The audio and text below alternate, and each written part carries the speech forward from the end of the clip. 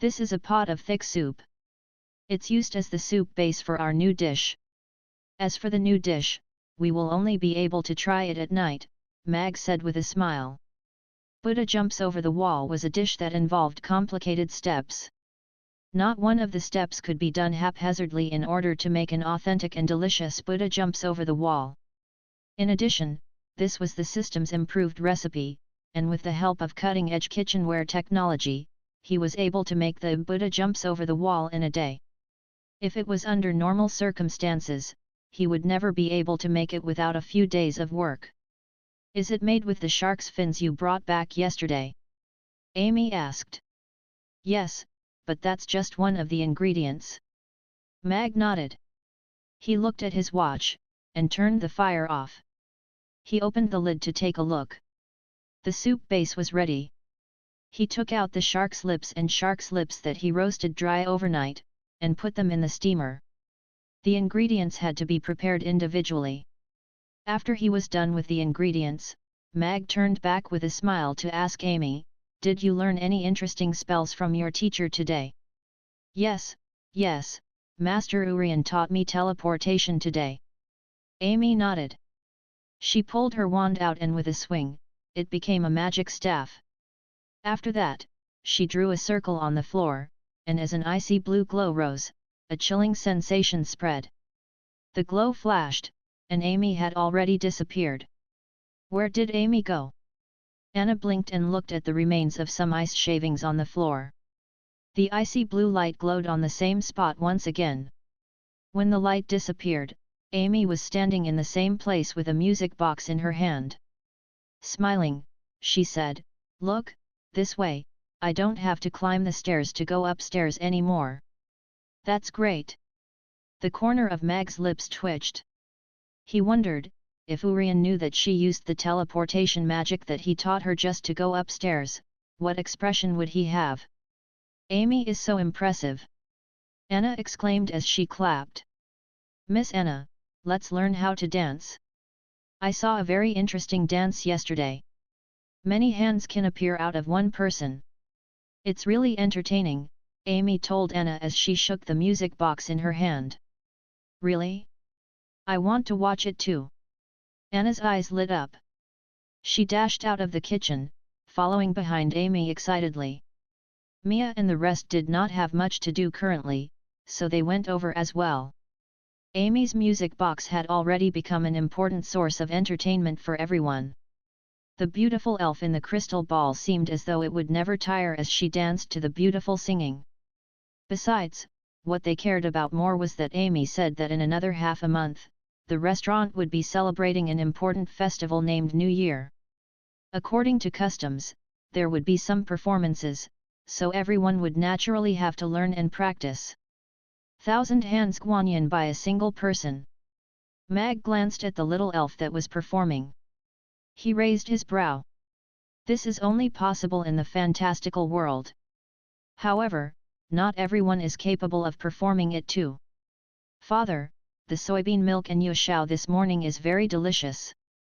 Amy wants more." After playing for a while more, Amy rushed to the kitchen door and looked expectantly at Mag. "If Amy wants more, I can make more for you tomorrow morning. You won't be able to have it this afternoon, because there's a lot of preparation to do," Mag said with a smile. "All right, then Amy will wait till tomorrow morning." Amy nodded. She pinched the chubby cheeks of Ugly Duckling, which also poked its head into the kitchen, and said, "Enough looking. You definitely have nothing to eat if I don't have anything to eat." Meow. Ugly Duckling meowed pitifully and shrank its head back. "All right. Let's eat," Mag said to the group of women who were gathered around the music box, watching the little person dancing as he brought out the last dish from the kitchen. "Go wash your hands first," Mag told Amy, who was about to sit on her chair. "Okay," Amy responded obediently. She brought her little stool from the side into the kitchen, and stepped on it so that she could reach the sink. She turned the tap on and started to wash her hands. After everyone was seated, they started eating.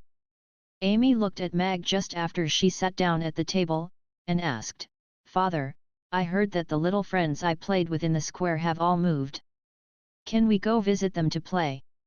Of course we can, but Amy has to learn magic in the morning, and father has to cook in the restaurant at night, so we cannot make time to go. Why don't we go over on our day off? Mag thought for a while. It seemed like the Foundation had acted fast. If the children were to be left outside in the cold winter, they might not be able to survive past the winter. Okay. Amy nodded.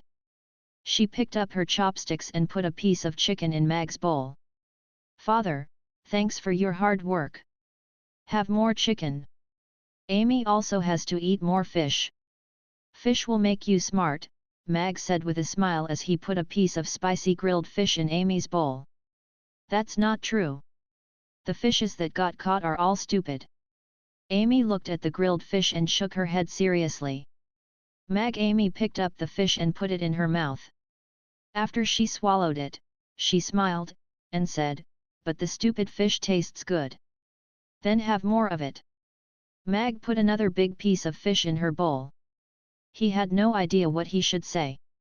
After lunch, the restaurant began its busy afternoon operation hours. Because Ferris might leave soon, Mag was also preparing to hire someone who was prepared to take up the heavy responsibility of preparing the ingredients. Although Yabimiya's knife skills were not bad, she was already very busy working at the restaurant and the ice cream shop, so he really could not bear to let her take up the role of preparing the ingredients. As for the rest, he didn't think they were suitable as of now. After the busy afternoon hours, Mag shifted his lounge chair to the empty space at the restaurant's door. He was preparing to take a nap under this winter sun. However, just as he closed his eyes, a shadow loomed over him. Mag opened his eyes and saw a round and huge headlight. Hey? This looks a little familiar? Mag was stunned. He shifted his gaze up and saw Countess Camilla looking down at him with a smirk. Does it look good? This sun is really round, Mag replied casually. Humph, then you'd better take another look, for you might not be able to see tomorrow's sun, Camilla said as she squinted her seductive eyes a little, and leaned closer to Mag as though she was going to pin him down on the lounge chair. How could that be? The sun rises every day. It just might not be as round as today's, Mag replied with a smile. He could sense what this countess came here for. Aren't you afraid of death? Death? Of course I am afraid of death, but do you dare to kill in broad daylight? Mag pulled out a blue gemstone from his pocket with a smile. I've retained whatever happened the other day in this gemstone as a memento. Would the Countess like to take a look at it with me? Me? What? Camilla's face froze instantly. She looked at the blue gemstone in Mag's hand. This was indeed a photo stone. This fellow was actually shameless enough to record everything in this photo stone. If something like this spread, her reputation as the Countess of Bartoli would be tarnished. How would it be possible for a beautiful young lady to fall in love with her in the future? It would be terrible if Miss Gloria were to find out that she was likely a masochist. No. Something like this should never happen. Camilla's gaze turned cold. She stared at Mag's neck with a murderous look in her eyes. This is not the only photo stone I have. I have another one with a friend of mine. If I were to die, he would auction that photo stone away. I think it would be able to fetch quite a good price. Mag looked at Camilla with a smile. Am I right, Madam Countess? Camilla resisted the urge to suck his blood dry.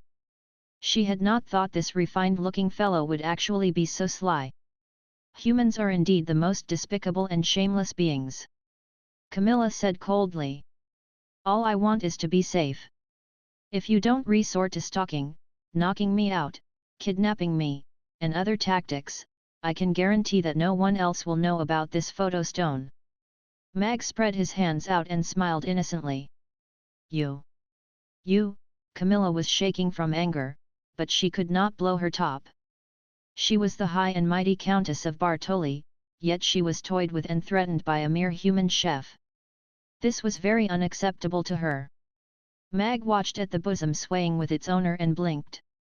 These suns were a little glaring. Mr. Mag, Countess Bartoli. What are the two of you doing? Just then, a shocked voice sounded behind them. Gloria, who had just arrived at the restaurant and gotten off her horse-drawn carriage, was greeted with this scene. She covered her mouth with her hand. Mag was lying on the lounge chair, while Camilla was almost completely on top of him, and their faces were not more than 10 centimeters away from each other. Such a scene happening in broad daylight was a huge shock to her. Camilla froze once again. Although she did not turn her head back, she could tell that the voice belonged to Gloria. She glanced over, and her pale face flushed red instantly. She had not thought that she would end up in such a shameless position with Mag because of her agitation. What was worse was that Miss Gloria actually appeared at such timing. A hint of hesitation flashed past Camilla's eyes when she saw the photo stone in Mag's hand. If he were to pass this photo stone to Miss Gloria, that would be akin to passing her the death sentence. Madam Countess, if you really want to be an employee in the restaurant, you don't have to do this. As long as you have the ability, I will welcome you in the restaurant, Mag said seriously with a sudden change of tone. Camilla. When did I say I want to be an employee? Besides, do I need to resort to seducing you just to be an employee? Shameless. Camilla glared at him wide-eyed, and could only wish that she could cut Mag's chest open with her nails, dig his heart out, and eat it whole. I've had a change of mind. If you want the photo stones, then agree to my conditions, Mag said with a smile to Camilla with his voice suddenly lowered. Bastard! You actually want me, the Countess, to be a service staff member. Camilla only felt her anger rushing to the top of her head, but the thought of her humiliating appearance being publicly disclosed forced her to grit her teeth in submission. She stood up from Mag's body and glanced at him proudly. It is your honor to have me come to your restaurant. You should be welcoming me with a bow. So it's just about employment? Gloria watched the two of them converse in shock. Mega ignored Camilla's attitude, and turned to look at Gloria as he said in shock, Miss Gloria, what brings you here? Camilla also behaved as though she had just realized Gloria came, and adjusted her clothes lightly before smiling enchantingly, and saying, Dear Miss Gloria, long time no see, how are you? Hello, Madam Countess. Gloria curtsied slightly, but there was a hint of wariness in her eyes when she looked at Camilla. Yesterday, her grandfather called her over, and told her to be careful of this countess and keep her distance. The weird happenings previously might be perpetrated by her. When her gaze turned to Mr. Mag, there was more joy in it. She took a couple of steps forward with a smile, and said, I have something important to discuss with you, Mr. Mag, that is why I came over so suddenly. Oh, it's all right. I have nothing at hand anyway. Madam sat up from the lounge chair, and glanced at Camilla with a smile as he said, Madam Countess, do you mind? The difference in attitude from Gloria had already upset Camilla a little. Now that Mag appeared to want to make her look like the villain, she was even more unhappy, but she could not show it, so she nodded with a smile, and said, Since Miss Gloria has something to talk to you about, I wouldn't mind, of course.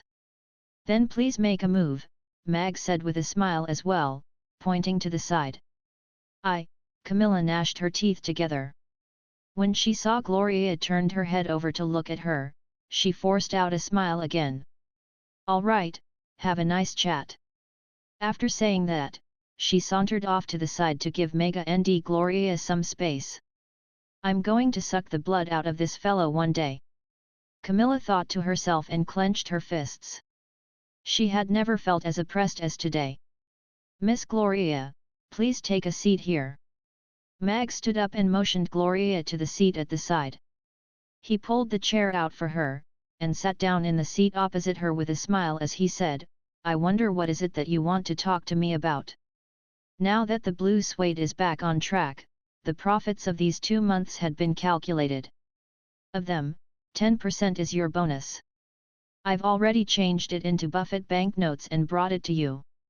It's a total of 530,000 copper coins. Gloria pulled out 2 banknotes from her little purse that she brought with her, and placed them on the table with a smile as she said, "I've promised to pass 10% of the Blue Suede's profit to Miss Luna to form a fund to help children in need, but I am not very acquainted with Miss Luna, so could you help me pass this sum to her? The winter weather is very cold, and Blue Suede has prepared a batch of winter wear for children. I also hope that Miss Luna can help to give them out." As Mag listened to Gloria talk about the things she had done for the children, and saw the smile that came from within, he could not help but smile along with her. What a nice girl! She was able to take off her cloak and relieve her life. How nice! Who would have thought that this refined-looking man would be capable of tying such a shameless knot in that small dark room, whipping her at her softest and most sensitive spots skillfully, and even laughing strangely with a red candle. Besides, the scariest part was that he actually recorded all of that down with a photo stone. That was simply a wolf in sheep's clothing. Camilla was howling inside. She could only wish to finish Mag off in a blow and save Gloria from that devil's clutches. "I will pass the money to Teacher Luna, and I will also tell her about the winter wear. She knows stuff about the children very well, and has also put in a lot of effort for them, so she really is the best person to give the things out to them," Mag said with a smile. "Thank you," Gloria said gratefully. She was afraid that she would be late in delivering the things, causing the children not to get their new cotton clothes even after winter passed. "Right, how are the sales of the new winter wear?" Mag asked curiously. He gave Gloria a few down jacket designs, but he did not follow up with it. Today, seeing that she was still wearing a windbreaker, it seemed that she had not produced the down jackets yet. "The sample is out. It's very beautiful and very warm, but because we have to fill the jacket with down feathers, we need to buy a lot of down feathers and then refine them before using them. The first batch of 10 down jackets is currently in the midst of production. Subsequently, production should be able to speed up." Gloria looked at Mag with admiration, and praised, "Mr. Mag, you're really impressive. All the clothes you designed are all so beautiful. Miss Gloria, you flatter me. It's just a little hobby of mine." Mag waved his hand. The design inventory he had gotten from the system was still enough to last him for a few years, so there was no problem at all with continuing the pretense. "Shameless!" The system's furious voice rang in Mag's head. Gloria's eyes sparkled as she thought to herself, "This little hobby is enough to awe the top tailor. Mr. Mag might be a genius designer who was held back by cooking." Mag chatted for a while more with Gloria before he started sounding her out about the Chamber of Commerce and Jeffrey. After going through so much, he was still filled with a lot of fight and faith in overthrowing the Chamber of Commerce's rule over Aiden Square. In no time at all, he would be able to pull Jeffrey down from his position and get the Chamber of Commerce to abolish the racial discrimination against mixed bloods. That was the first thing he wanted to do as a father and as a business owner. Gloria was not a scheming person, so she answered all of Mag's questions truthfully. However, it was a pity that she did not know a lot about those things, so she could not provide Mag with any useful information. In another half a month, the Chamber of Commerce will be holding their year-end celebration. Would Mr. Mag, little Amy, and the other ladies in the restaurant be willing to grace the event with your presence? Gloria asked with a smile. Year-end celebration? I am not a member of the Chamber of Commerce. Mag shook his head. He only went the last time because he was invited by Miss Shear, but this time, he did not receive any invitation. I am one of the board members of the Chamber of Commerce.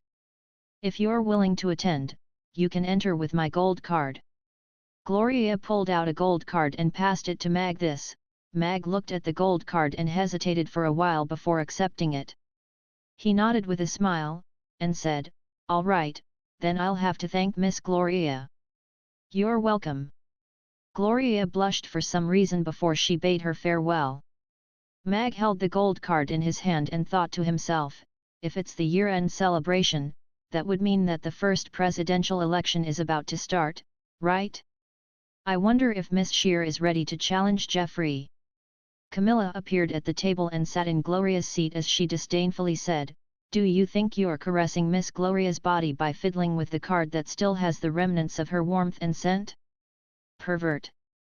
Madame kept the card and leaned back into the chair comfortably with a smile as he countered, "Do you think that you're already grinding on top of Miss Gloria by sitting on the seat that still has the remnants of her warmth and scent, Madame Masochist Countess?" Camilla froze once again. How could he expose her deepest thoughts so easily? "Let me repeat myself, I am a sadist, not a masochist," Camilla said seriously. Mag knew when to stop. He changed the topic of the conversation. "I wonder if Madame Countess has already considered joining our restaurant as an employee? All I need is a year, and you can take that photo stone back. I will also promise to keep my mouth shut, and won't let a third person know about it." "A year?" The pitch of Camilla's voice became higher. "Yes. But you don't have to worry. I will still give you your salary, and you will still enjoy the same benefits as the other service staff." Mag nodded. He took out the photo stone again and started fiddling with it. "How do I know if you're not lying to me? You didn't have any photo stone with you that day," Camilla said as she watched the photo stone in his hand. "Then see for yourself." Mag tossed the photo stone over casually. Camilla caught the photo stone and glanced at Mag before focusing her attention on the photo stone. "Ah, harder, harder, smack, smack, smack," the wanton image and sound made Camilla's face redden in an instant. "Scoundrel! Shameless! Pervert! Sadist!" Camilla threw the photo stone back to Mag furiously. "You're the one who prepared everything. I only did this out of self-defense." Mag shrugged innocently. Camilla opened her mouth, but could not say anything to retort. She suddenly found this photo stone a little familiar. It seemed to be the one she'd brought out that day so that she could hand it to Miss Gloria as proof that Mag was a pervert. Mag stood up, and told Camilla, "All right, take off your clothes. I want to start the interview officially." Chapter 1104 Is this 9-yin skeleton claw? Take my clothes off." Camilla glared at Mag with disbelief. This fellow actually wanted her to take her clothes off in broad daylight. "Humph!" Camilla snorted coldly. She moved her finger, and the cape resting on her shoulder slid down and hung nicely on a chair. However, she felt an inexplicable sense of disappointment. "Come on in." Mag walked towards the restaurant and held the door for Camilla. In the kitchen, Ferris was practicing making fried rice seriously. Mag walked to the entrance of the kitchen, watched Ferris, who was tossing the fried rice in the wok skillfully, and nodded with satisfaction. This lady was really very talented. If it was not because Irina needed someone hard-working like her at her side, he would definitely not let her go. "I didn't think an elf can make cooking look so good." Camilla could not help but sigh when she arrived at the kitchen door as well. Ferris only saw them at the kitchen door when she had plated the fried rice. "Boss." Ferris nodded slightly at Mag. Her gaze stopped at Camilla's chest for a while, and she felt a sudden sense of defeat. Why is it that any random woman around Mr. Mag has such assets? That must be it, he must like big breasts. "Ferris, well done." Mag walked into the kitchen with a smile, and said, "Can I try it?" "Of course." Ferris quickly nodded. She passed Mag a clean spoon as she watched expectantly. Mr. Mag said that once she mastered the Yangzhou fried rice and braised chicken and rice, she would be able to return to the princess's side to help her. Mag scooped a spoonful of fried rice and put it into his mouth. It was just normal rice cooked with normal ingredients, but an indescribable tastiness exploded in his mouth. After chewing carefully, he felt the harmonious blend of the various ingredients in his mouth, and he showed a satisfied expression. Ferris did not have the ingredients provided by the system, and even made some adjustments to Mag's original recipe, changing the ingredients to those that could be easily obtained in the Wind Forest. The situation at the Wind Forest was already like they were at war. It was already difficult for the warriors at the front line to have a full meal, much less have any expectations for the ingredients. However, even with the change of ingredients, the fried rice that Firas made was still delicious. Very good. Mag opened his eyes.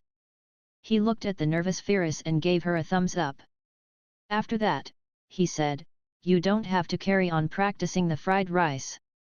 I'll teach you how to make the braised chicken and rice later." Really? Firas was elated, but she was still in a little disbelief. Of course. Mag nodded. He turned around and introduced Camilla, who was left at the kitchen door. "This is the Countess of Bartoli. Since you're about to leave, I've decided to hire an employee who would be in charge of preparing the ingredients, and she happened to volunteer herself. However, I still have to assess her abilities first." "Hello." Firas nodded slightly at Camilla. She was a little shocked.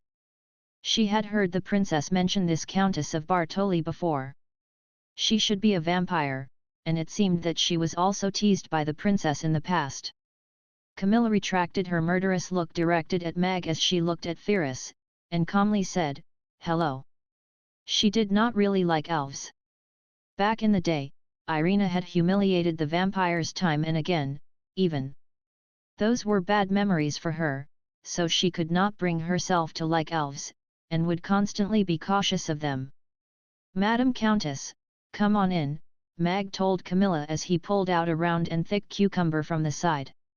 Camilla looked at the cucumber in Mag's hand, and could not help but swallow as she warily said, "What do you want?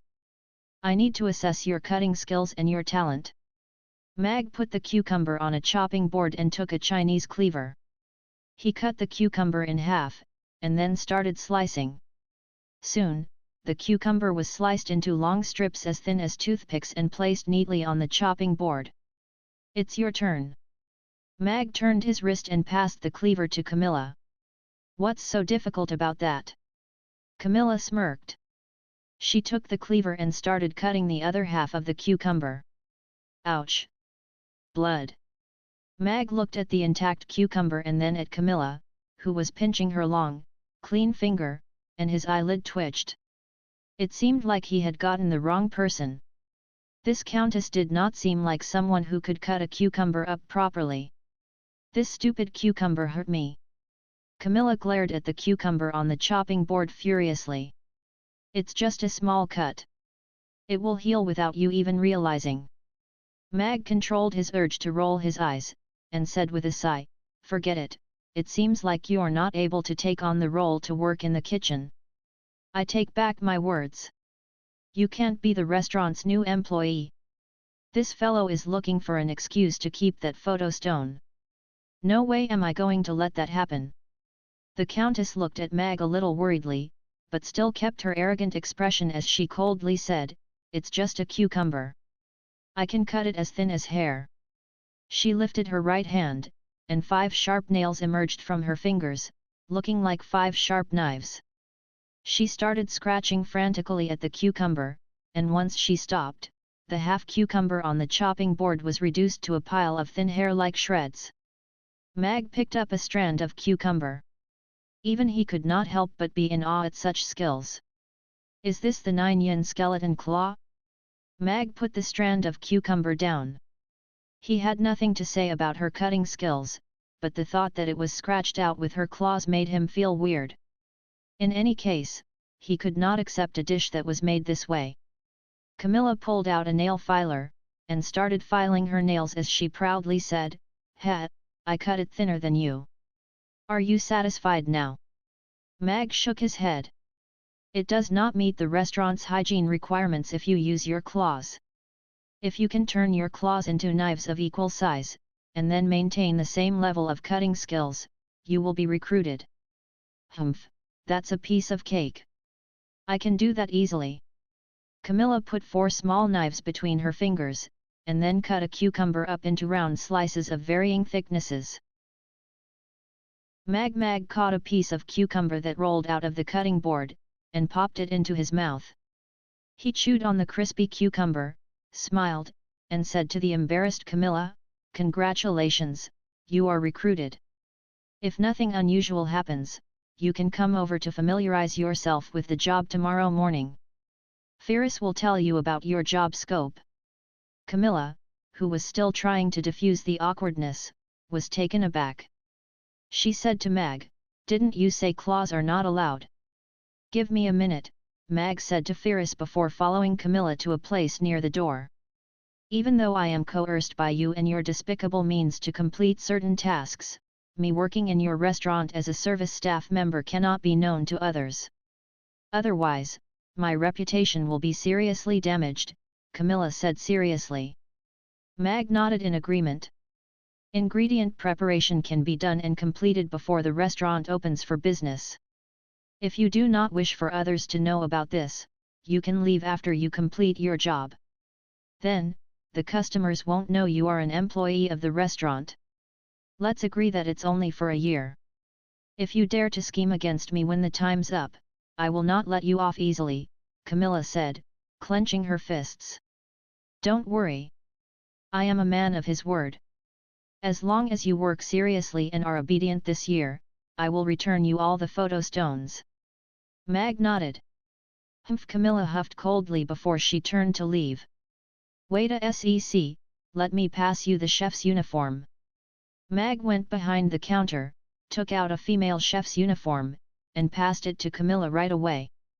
"You are letting me, a countess, wear such a thing?" Camilla glared at the chef's uniform in Mag's hands with a hint of fury in her eyes. "This is a work uniform. Cooks have to make sure that the food they prepare for their customers is clean and hygienic. The dress you are wearing and the loose hair are obviously not up to standards." Mag looked at her big, wavy hair.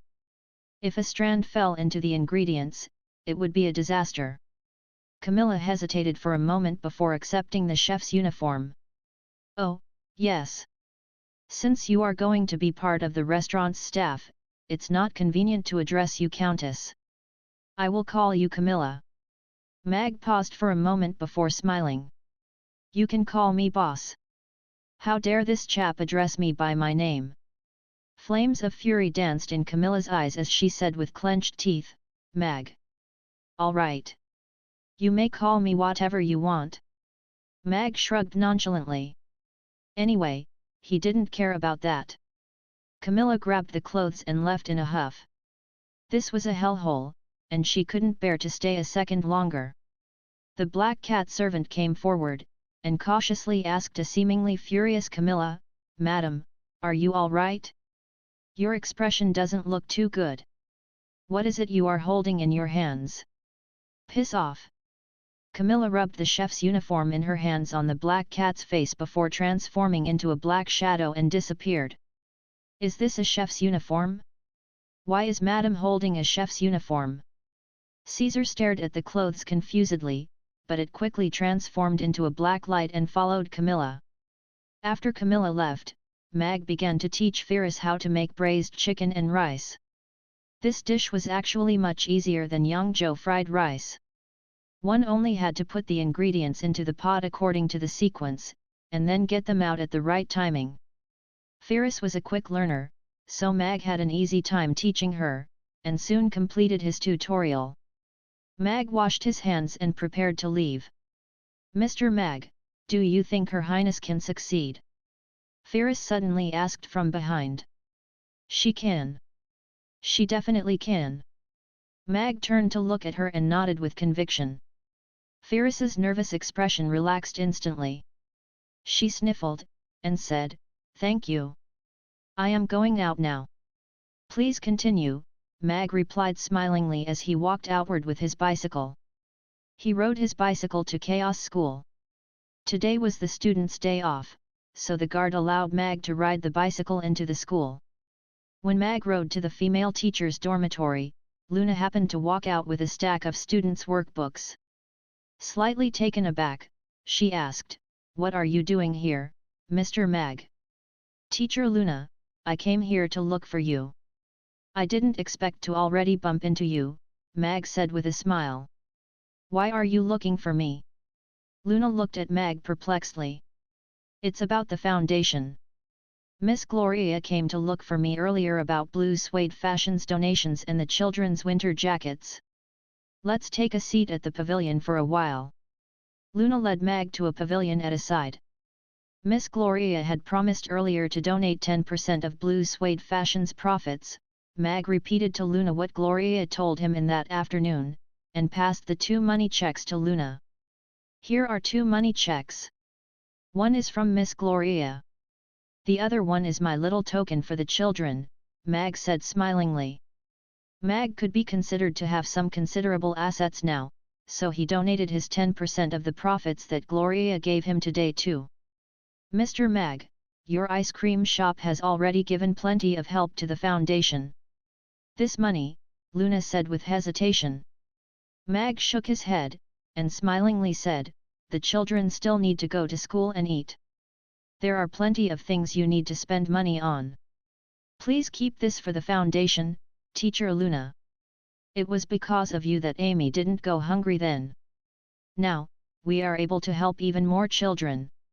Luna looked at Mag's gentle eyes, and her heart softened too. She smiled and nodded. Yes. Now the children can fill their stomach every day, and no longer need to beg on the streets and rummage through things to look for food. Now, there are smiles on their faces, just like normal children. The children should attend school after the winter. I wonder if the school buildings are ready? Mag asked. Luna nodded. The school buildings that are prepared for the children are all built.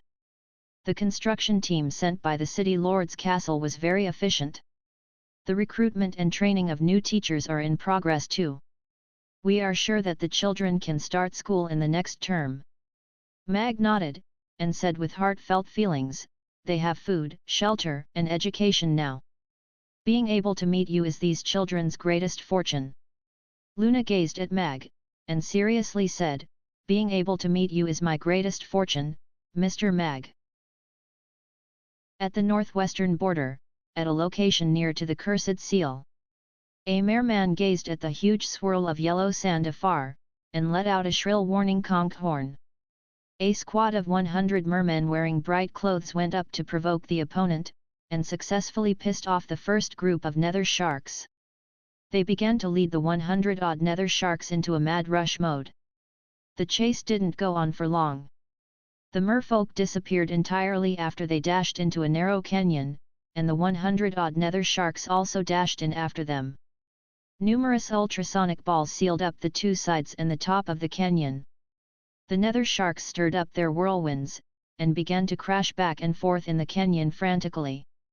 A metallic ball appeared in the midst of the nether sharks, and a glaring silver light flashed.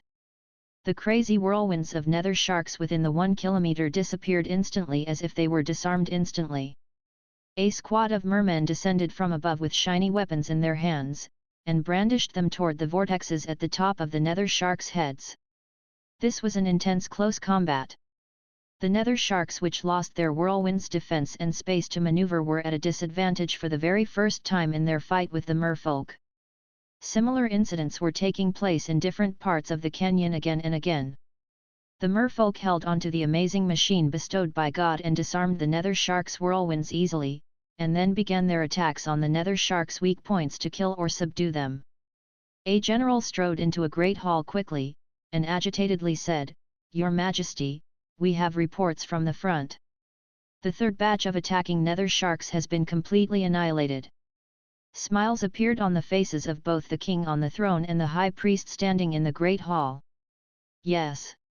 The amazing machines bestowed by God are indeed extraordinary. All the merfolk in the great hall looked ecstatic too. They had never heard of this kind of battle report before in the past 1,000 years. The king glanced at the high priest before loudly saying to that general, "Relay my orders.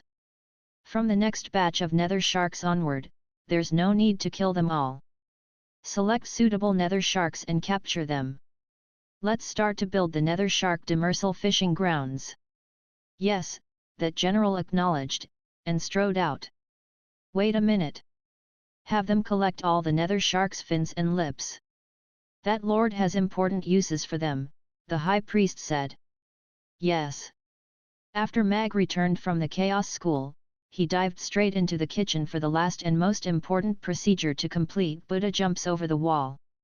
He took a Shaoxing wine urn, placed the 30+ processed ingredients in the urn according to their sequence, and then poured in the soup stock that he had prepared in advance. Finally, he used lotus leaves to seal the opening carefully before putting a little bowl upside down over it like a lid. He placed the wine urn over the stove with burning fruit tree wood charcoal and simmered it. "Boss, what is this?" Ferris was astounded as she looked on from the side. Mag added so many ingredients into that big urn, so what mysterious food was he trying to concoct? Mag had spent an entire day on making this dish. "You will find out soon," Mag said smilingly as he looked at that big wine urn that was as tall as a man's waist with anticipation too. This was a high-end dish according to the system, but he wanted to see how high-end it was. However, in all seriousness, the ingredients of this Buddha jumps over the wall were indeed very high-end. Even taking away those premium grade sea cucumbers and abalones, just the supply chain of the nether shark's lips and fins was undertaken by the entire Lantist, and millions were spent to build the fishing ground. The cost to make a pot of Buddha jumps over the wall was 20,000 copper coins excluding the shark's lips and fins. Because Mag had built the supply chain himself, it wasn't included in the system's listed costs.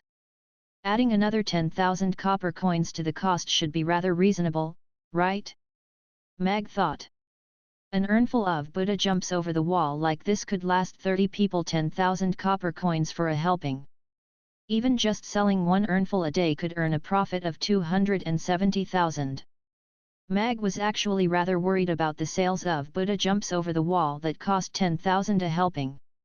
After all, up till now, the most expensive item in the restaurant was the huge portion of the spicy grilled fish that cost 2,500 a helping.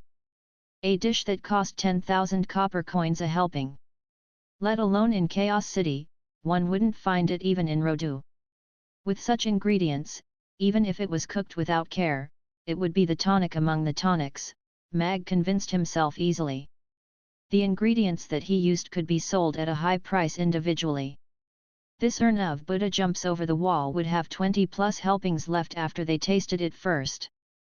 So, he intended to introduce this new item to test the market's response. On the second floor of the magic potion shop next door, Amy ran up the stairs with an empty birdcage to Urian who was writing in front of his study desk. She said, "Master Urian, I just used a teleportation spell on black coal, but I don't know where I have sent it to. Can you guys help me find it back?" "In the chimney," Urian said without even lifting his head. "Oh. So there's where it has gone. No wonder I couldn't find it anywhere." Amy's eyes lit up before she went downstairs to stick her head into the fireplace to have a look. "It's so dark here. I can't see anything. I guess I will light up a fire." The fire lit up the interior of the fireplace, bringing forth a warm light and also heat. "Ah! My new clothes!" A shrill scream sounded in the chimney, and a charred crow fell out. Its whole body was smoking, and the feathers that had just grown out were all burned away. Black Coal lowered its head to have a look before it fainted. "Poor Black Coal! Is it dead?" Amy reached in to pull Black Coal out. There was a whiff of barbecued meat aroma in the air. She sniffed and her eyes lit up. "This smells quite good. Grill it for a while longer and scatter some pepper and cumin over it, and it should be good to eat." "Are you the devil?" Black Coal opened its eyes instantly and flapped its bare wings. It tried its best to fly to a shelf and stared at Amy with fright. It was sure that Amy would have barbecued and eaten it if it had woken up a bit later. "It's great. I thought you were dead, Black Coal. Then why do you look so disappointed?" "Do I? I'm quite happy. Hey, let's talk things out. Can you put down your magic staff first?" I'm a little scared, don't worry. It will be over soon." A smile appeared on Amy's face as she walked over to Black Coal on the shelf with the magic staff in her hands. Right at this time, Zixi approached from the side, and smilingly asked, Amy, didn't you say it's Mia's birthday today? Do you want to prepare a present together with me? Chapter 1107 Monk jumps over the wall.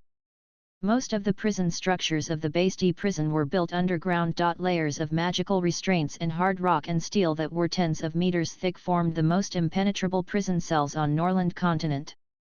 Those who were imprisoned in these 7 layers were all powerhouses that had once terrorized a part of this world. Most of them had been imprisoned here 100 years ago.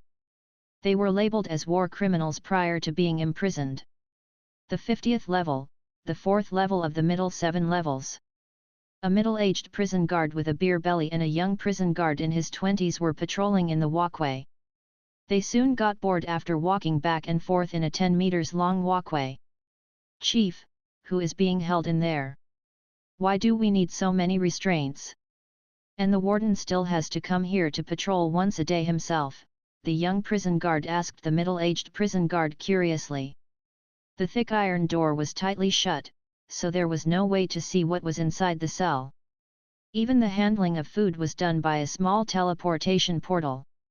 As a newbie that was recently assigned to the Basti prison, he was very interested in the individuals that he was watching over. Of course, most importantly, he wanted to listen to the legends of the ruthless men so he could endure these boring times. The middle-aged prison guard was bored too. The experienced prison guards were already sick of these stories, only the newbies would want to hear about these stories. He mysteriously said, "The man that was remanded in our prison was a notorious ruthless man on Norland continent Rex. You may be unfamiliar with this name, but you must have heard about the Hairless Monk." "Hairless Monk? Is it the Hairless Monk that massacred an entire human town and a whole demon tribe?" The young prison guard's eyes widened immediately in disbelief. "Yup, that's him." The middle-aged prison guard was obviously very satisfied with the young guard's reaction as he continued, "This Hairless Monk is a half-demon. It was said that his mother gave birth to him after she was violated by a demon. She was beaten to death because she gave birth to a half-demon. He barely survived, and he hated both humans and demons from then on. He began to grow up, and his power got stronger too. He wandered around on the continent, and his behavior was controversial. Finally, his power grew to the point that he was able to annihilate the demon tribe of the man that once violated his mother. He went to look for them without any hesitation, and annihilated the entire tribe of his father. Then, he returned to his mother's tribe, and massacred the whole town without sparing even a child. From then on, he was known as the Hairless Monk or the Lawless Monk. The deeds he had done, the middle-aged prison guard was having a good time talking about the stories, and the young prison guard was listening engrossingly. Although this Hairless Monk was ruthless, he was a straightforward person. However, he had involved too many innocent people in the process. At the end of the racial wars then, he faced 4 10th-tier powerhouses alone, and he killed one. He was captured after he was wounded, and was locked up here since then. It was almost 100 years ago. The young prison guard was a little scared after hearing that. He softly asked, "Boss, if this Hairless Monk is so powerful, can our cell hold up?" "Would he? There's nothing to worry about. After 100 years of imprisonment, his health is already declining. It is already a miracle that he could survive until now. He wouldn't have the strength to force his way out of the cell. Furthermore, our cell is impenetrable.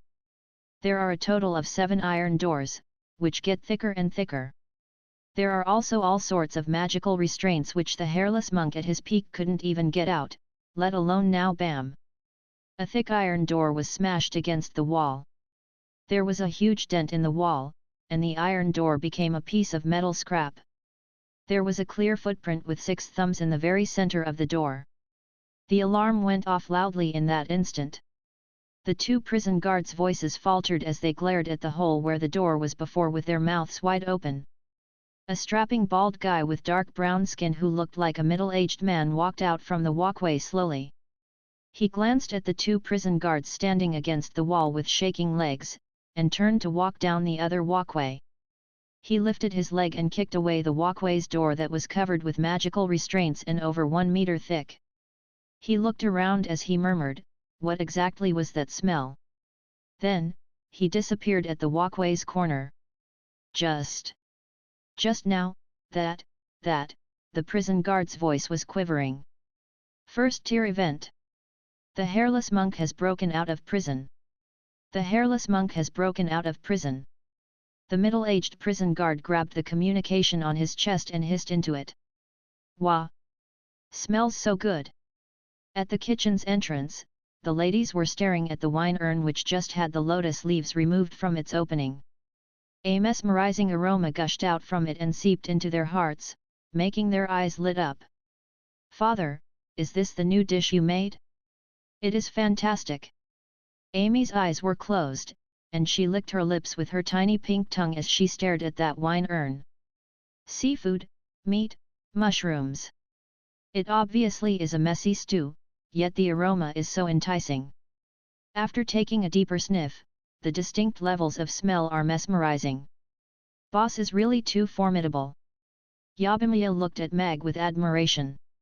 Indeed, only a Buddha jumps over the wall like this deserves to be called this name. Mag took a deeper sniff, and there was a satisfied smile on his face too. This was millions times more delicious than the Buddha jumps over the wall he had eaten in the past. Mag didn't let the system isolate the smell this time. Instead, he let the smell go out as it was. Just as the customers lining up outside were curious what kind of dish Buddha jumps over the wall was, a tempting smell suddenly came out of the restaurant. "What is this? Smells so good." This special aroma caught all the customers' attention immediately. Everyone was looking toward the restaurant with their necks outstretched, and began to swallow their saliva. According to my experience after trying out all the dishes on the menu, this aroma doesn't belong to any of the delicacies on the menu. It is very likely the item that is going to be introduced today, Buddha jumps over the wall. Harrison said confidently, rubbing his chin. "Boss Mag is so bad. There is another 30 minutes before the restaurant opens, and he released the aroma to tempt us. This is simply too much." "Yes. It is still fine if the aroma is normal, but this smell, growl. Isn't it killing me?"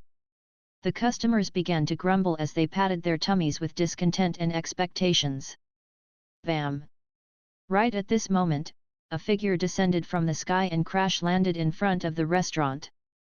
The stone which he landed on shattered instantly, and cracks radiated outward on the ground like a spider web. The exterior of the restaurant fell into a silence instantly. Everyone looked at the bald guy that descended from the sky in a daze. This chap seemed to have just escaped from the Basti prison. "It's here." That bald man raised his head to look at the restaurant with narrowed eyes. He took 2 steps forward and lifted his right leg again. Chapter 1108 If you stop me, I will kill you. The bald man who had just escaped from the Basti prison lifted his leg to kick at Mamie restaurant's door as soon as he landed without any explanations. He shocked the customers lining up outside into a daze. The alarm at Basti prison was already sounded. Being only a wall away, its sound was especially shrill. Sargeras, who was holding his folding chair, had already stood out from the line. The Burning Legion was following right after him. The knights in the line were already grabbing the long swords at their waists, and the magic casters were taking out their wands. No matter who this guy was, if he wanted to destroy Mamie restaurant or Boss Mag, he would be desecrating the Holy Land in their hearts. A thin layer of blue ice appeared in front of the wooden door. The kick from that bald guy landed on that layer of thin ice.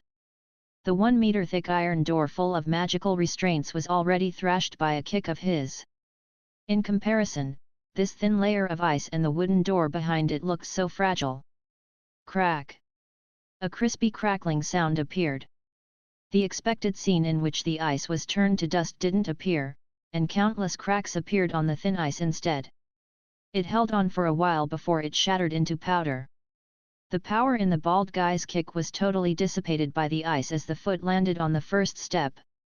Urian slowly walked out of the magic potion shop with a wand in his hand, decked in his black robes. He looked at the bald guy standing in front of the restaurant with narrowed eyes. He said gravely in a hoarse voice, "You are the hairless monk." The hairless monk turned and looked at Urian, feeling rather surprised. His black eyes landed on Urian with a hint of ponder, but he soon turned his gaze back to the wooden door in front of him as he raised his hand up to smack at the door.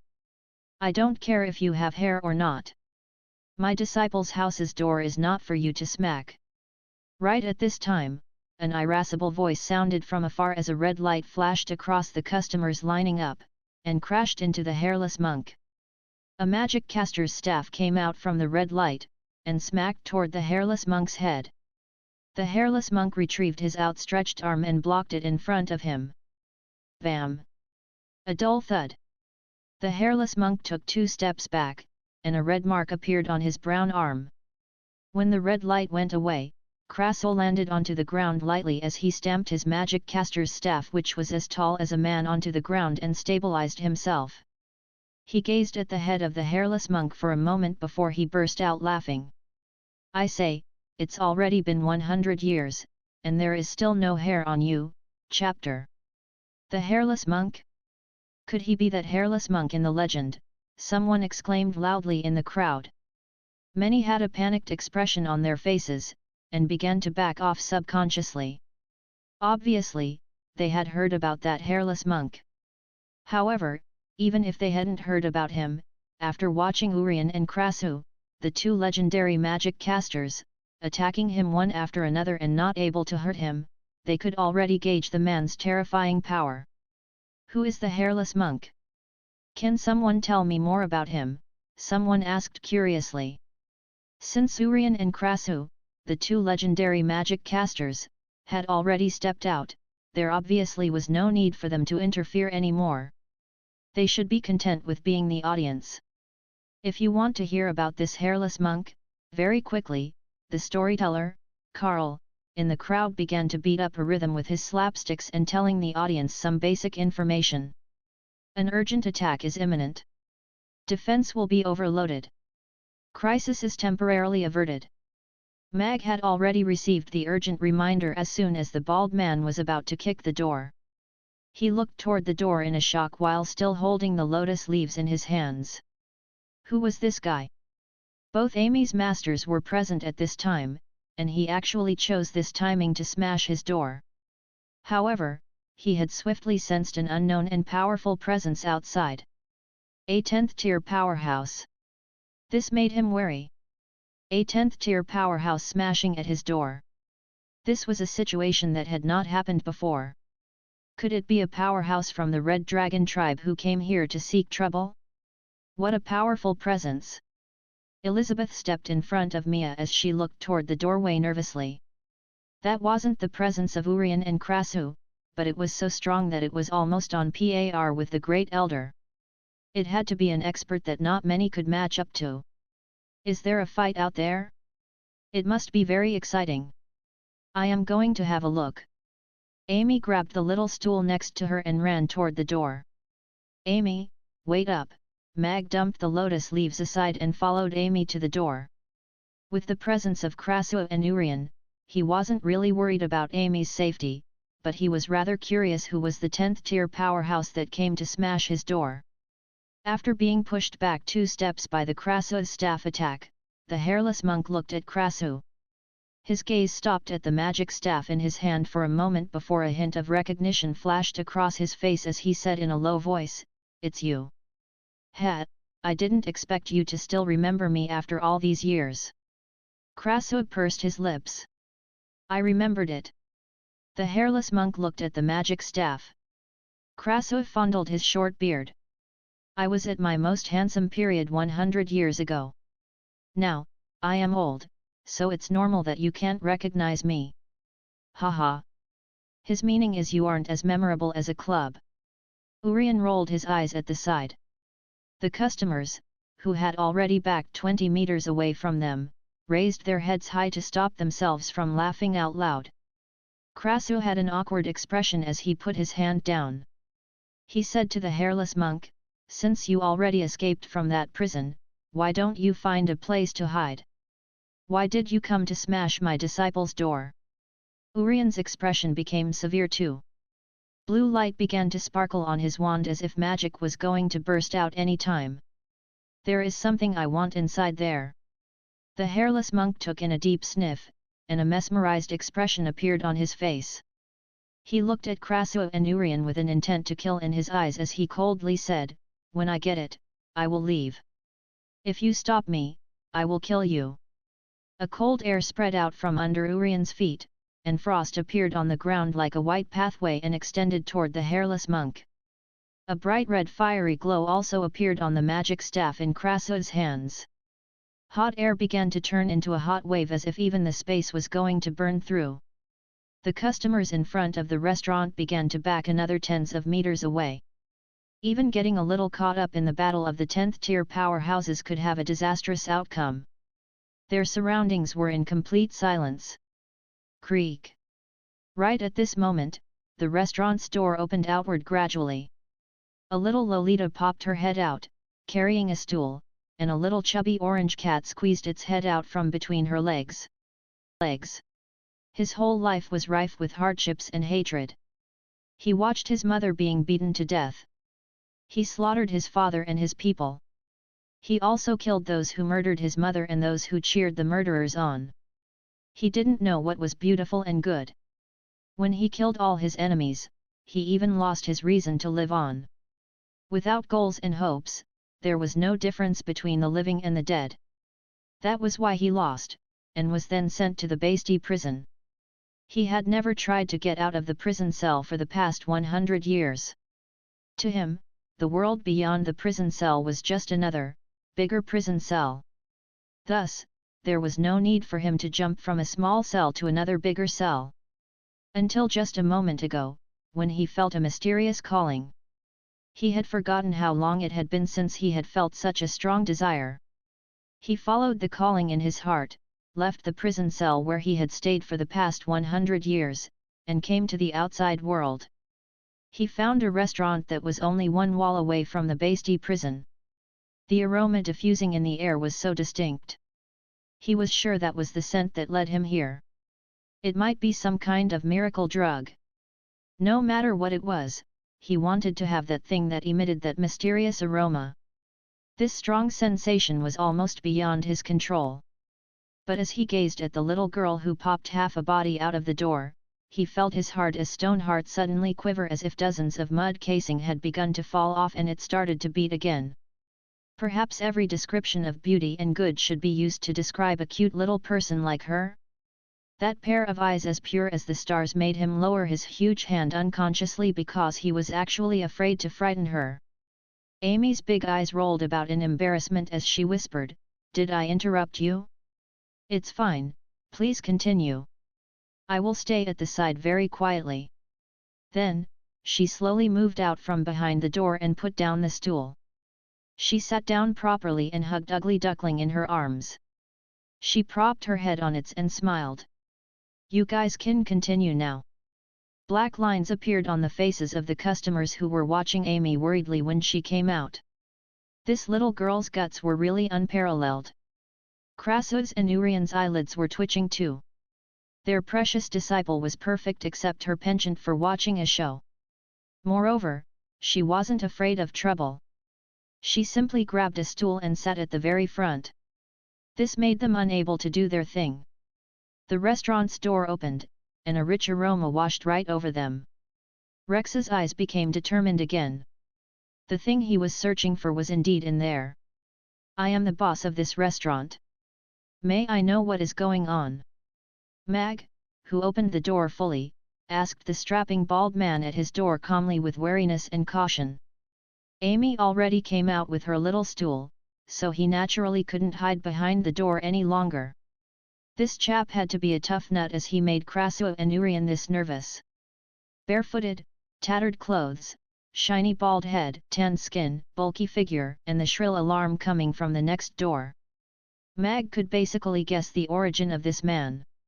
If he could escape from the Basti prison which was renowned for being impenetrable, this hairless monk's power naturally was above that of the normal 10th tier powerhouses. Kraso put his magic staff horizontally in front of Rex as he said, "Boss Mag, step back with little Amy. This old thing is nasty." A small ice blue icy wall was already erected in front of Amy and blocked her hemispherically. Rex looked at Mag.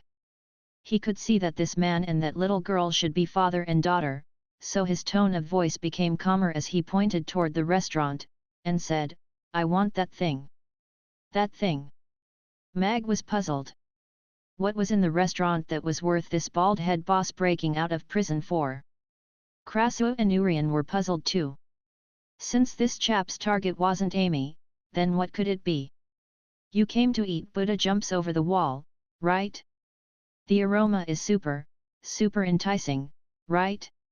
It was made by my father." Amy stood up from her little stool, and smilingly said to Rex, "You can come in if you want to eat Buddha jumps over the wall. Father made a lot of it. As long as you pay, you can eat it." Buddha jumps over the wall? Pay? Rex rubbed his big bald head as he looked at Amy. So that thing which gave out the mesmerizing aroma was called Buddha jumps over the wall, and it was made by this man. However, what was money? He showed his palms as he looked into Amy's innocent eyes. He shook his head in embarrassment, and said, "I don't have money." "You don't have money?" Amy furrowed her delicate eyebrows. She looked at Rex's bare feet and tattered clothes and sighed. She turned and asked Mag, "Father, this grandpa is such a poor thing. Can we spare him a bowl of Buddha jumps over the wall?" Rex lowered his hands and looked at Mag too. "Poor thing." Mag glared as he looked at this scene. This was the first time he felt he wasn't smart enough. Did Amy's foodie's train of thoughts hit the jackpot? Did this hairless monk really come for the Buddha jumps over the wall? Looking at Rex, this deduction was most probably true. He broke out of prison just for food. Krasu was also taken aback as he looked at Rex from head to toe. This chap seemed different from the killing machine that he remembered. Maybe he became a little retarded after 100 years of imprisonment? It's a shock. The infamous killing machine, Hairless Monk, broke out of the Basti prison just to eat the new item Buddha jumps over the wall that Boss Mag made. This world is too crazy. The customers' mouths were all wide open as they couldn't believe what was happening now. Mag cleared his throat as he opened the door wide, and said, "Then. In this case, Amy is right. There is no need to fight. Everyone, come in and have a seat. Let's drink a bowl of the freshly made Buddha jumps over the wall to calm our nerves. This event is considered over." Boss Mag, Krasu still had his magic caster's staff stretched out as he watched Rex warily. "Master Krasu, don't worry. He is not a bad person." Amy pulled Krasu's sleeves and made him move his magic caster's staff before smiling and waving at Rex. "Come on in." Shrill alarms rang throughout the entire Basti prison, and magical screens began to rise up in the prison. All the prisoners in the activity zones were escorted back to their cells, and prison guards were running in the corridors, using their batons to tame the agitated prisoners. Deputy Warden Jonathan gazed at that empty walkway's opening, and nervously said, "Warden, what will we do now?" The thick and heavy iron door was nailed to a wall hundreds of meters away. The metal doorframe was already totally twisted out of shape. One could only imagine the kind of terrifying power that it was subjected to. Next to him, the warden, who was tall and slender and wearing black robes and a hat, studied the doorframe and the deep foot imprint for a moment before saying in a hoarse voice, "Where did he go?" "Toward Aden Square." "Someone said he jumped over there," Jonathan quickly said. It was a huge event when someone broke out of the prison successfully. The Basti prison had been set up for 100 years, and there was never a successful prison break before. Moreover, it was done by a 10th-tier felon. Inform the city lord's castle and the Grey Temple. The Hairless Monk's power is still at his peak. Request for backup. Wisely walked toward Aden Square. "Yes," Jonathan answered as he watched the warden flip over the high walls. He turned and strode out. The hairless monk at his peak was no doubt an extremely dangerous figure to a normal person. Only the strongest assault team sent out by the Grey Temple and City Lord's Castle could capture him.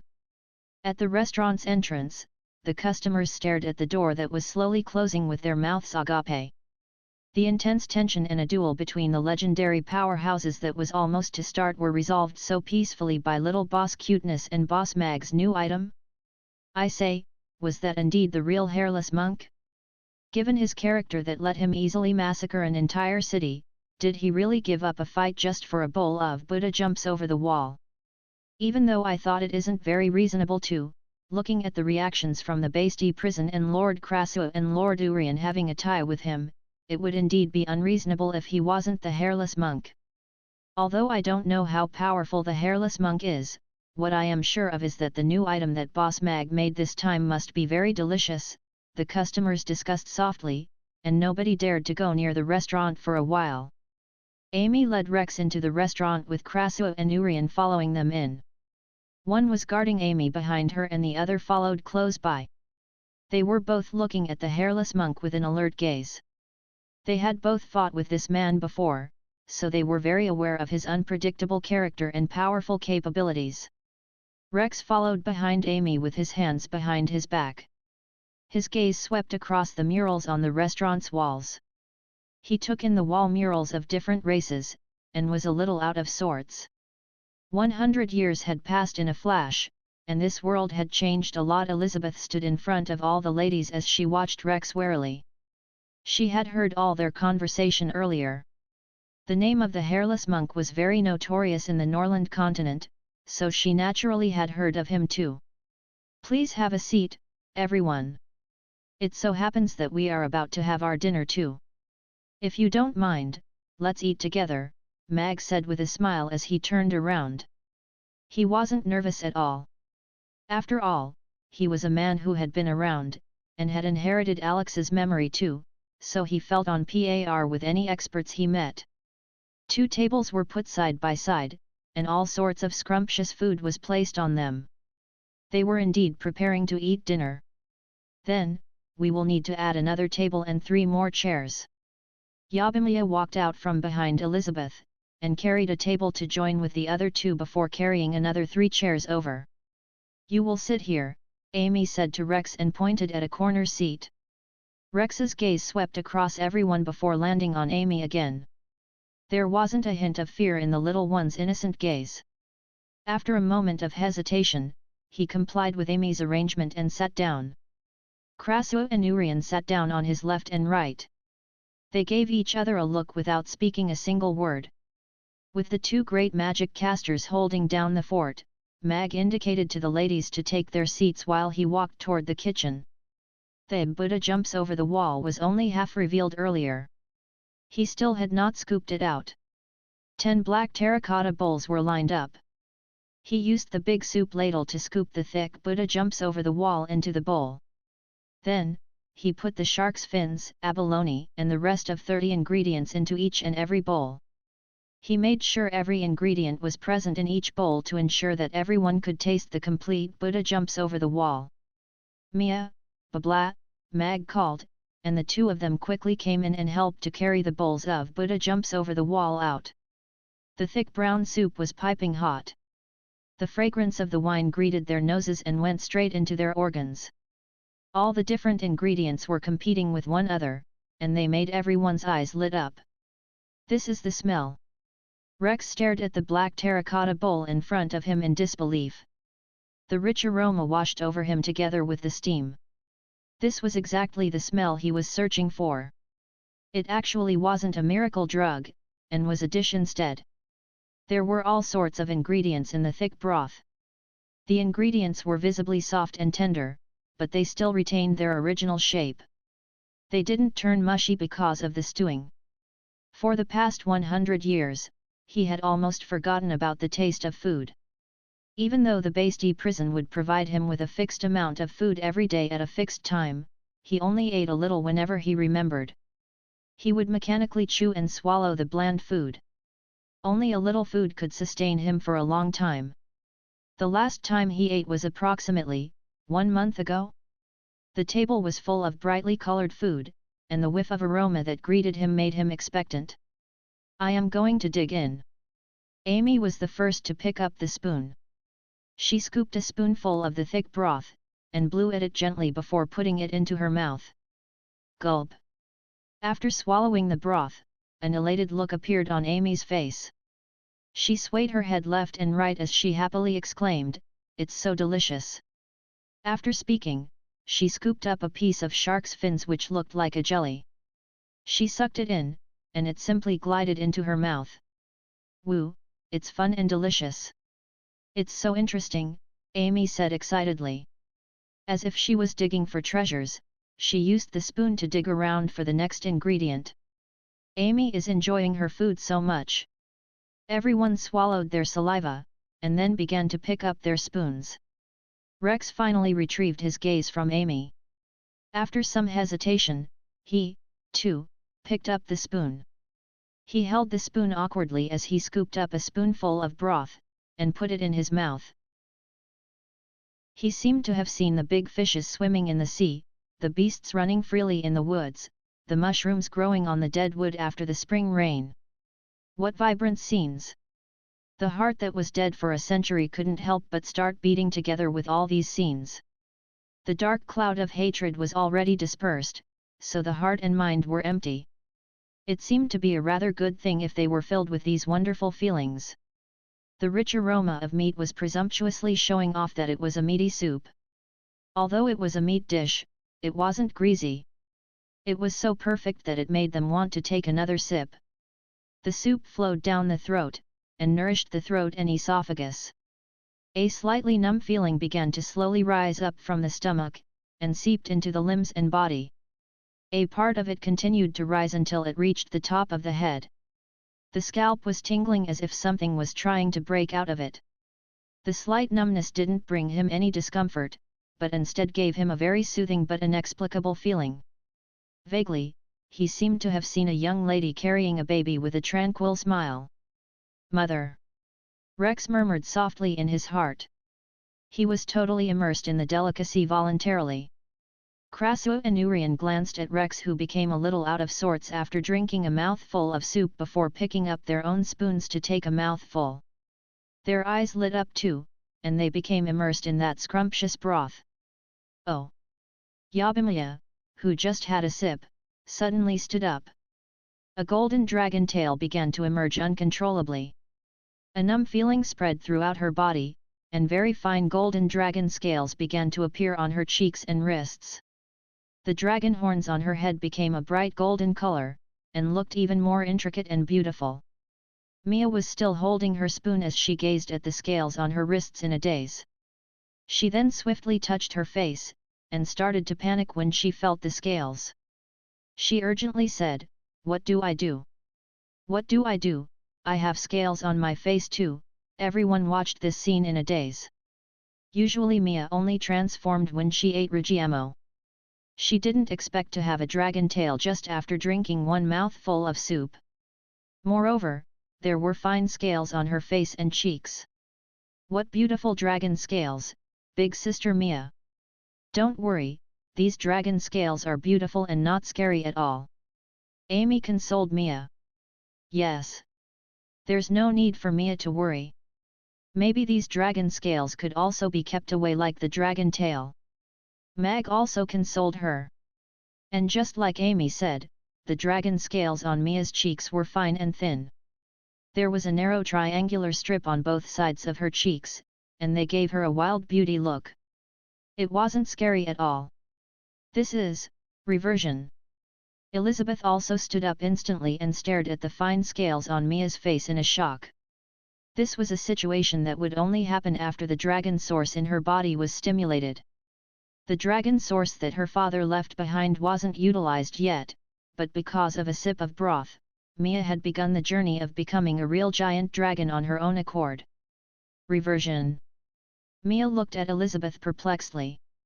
Krasul lifted his head to glance at Mia with a smile, and said, "Miss Mia has rather good luck. It is rare for half-breeds to have reversion, especially for giant dragons. Once the reversion occurs, it means you are going to receive some of the giant dragon's powers, powerful capabilities, or long lifespan. All these are what people wish for but could never have. Then, will Big Sister Mia ever become a real giant dragon? One that could fly in the sky like Big Sister Elizabeth? Amy asked curiously. Currently, she can only maintain this form. However, the soup seems to have the effect of encouraging her to undergo reversion. If Miss Mia continues to take it, maybe she can really become a real giant dragon one day, Krasus said as he looked at the Buddha jumps over the wall in front of him. This was indeed an amazing soup, even he felt very energetic after drinking it. The spiritual power in his mind seemed to have been cleansed. It was an unexplainable comfort. It was the ultimate tonic soup. Is it really not scary? Will I scare the customers if they don't fade away? Yabimiya was still a little concerned as she touched her cheeks. She still cared the most about the customers, and not the great powers that she might have received. They will fade. Don't worry. Elizabeth patted her shoulders lightly. Okay. Mia looked at Elizabeth, and felt her heart calm down instantly. Then, she gazed at that Buddha jumps over the wall with some hesitation. Elizabeth read her thoughts, and softly said, "Drink it. It's good for you." Then, I will continue drinking it. Mia's eyes lit up, and she continued to spoon the soup into her mouth. She revealed a sweet smile and praised, "It's simply too delish." After seeing everyone immersed in the scrumptiousness of Buddha jumps over the wall, Mag decided to stop watching and use the spoon to sip a mouthful of the soup first. Then, he tasted the shark's fins and meat. The fragrance of the wine had seeped into the broth and ingredients. The meat was tender, smooth, and rich but not greasy at all. All the ingredients' tastes were integrated with one another, and one could sense different tastes in all the ingredients. They were soft but not mushy when chewed, and there was an endless aftertaste. This is the real Buddha jumps over the wall. System didn't lie to me, Mag praised in his heart. It didn't waste his hard efforts running around. After tasting this scrumptious finished product, he immediately felt everything was worth it. He is in there. Wisely stood at the entrance of Mamie restaurant. He grasped the long saber at his waist tightly and narrowed his eyes. He could clearly sense the aura of the hairless monk in there. Apart from that, there were also two very powerful magic casters' auras. He had already heard that Krasu and Urian, the two great magic casters, were in Chaos City and had taken in the same disciple, right in this Aiden Square. Judging from the situation now, the two great magic casters in there were most probably the two of them. One hairless monk who broke out of prison was enough trouble. If the two unreasonable great magic casters were involved, the Basti prison, or even the whole Chaos City, wouldn't be able to solve this. A stallion with green eyes stopped in front of the restaurant. Michael leaped down from it, and asked wisely, "How is the situation?"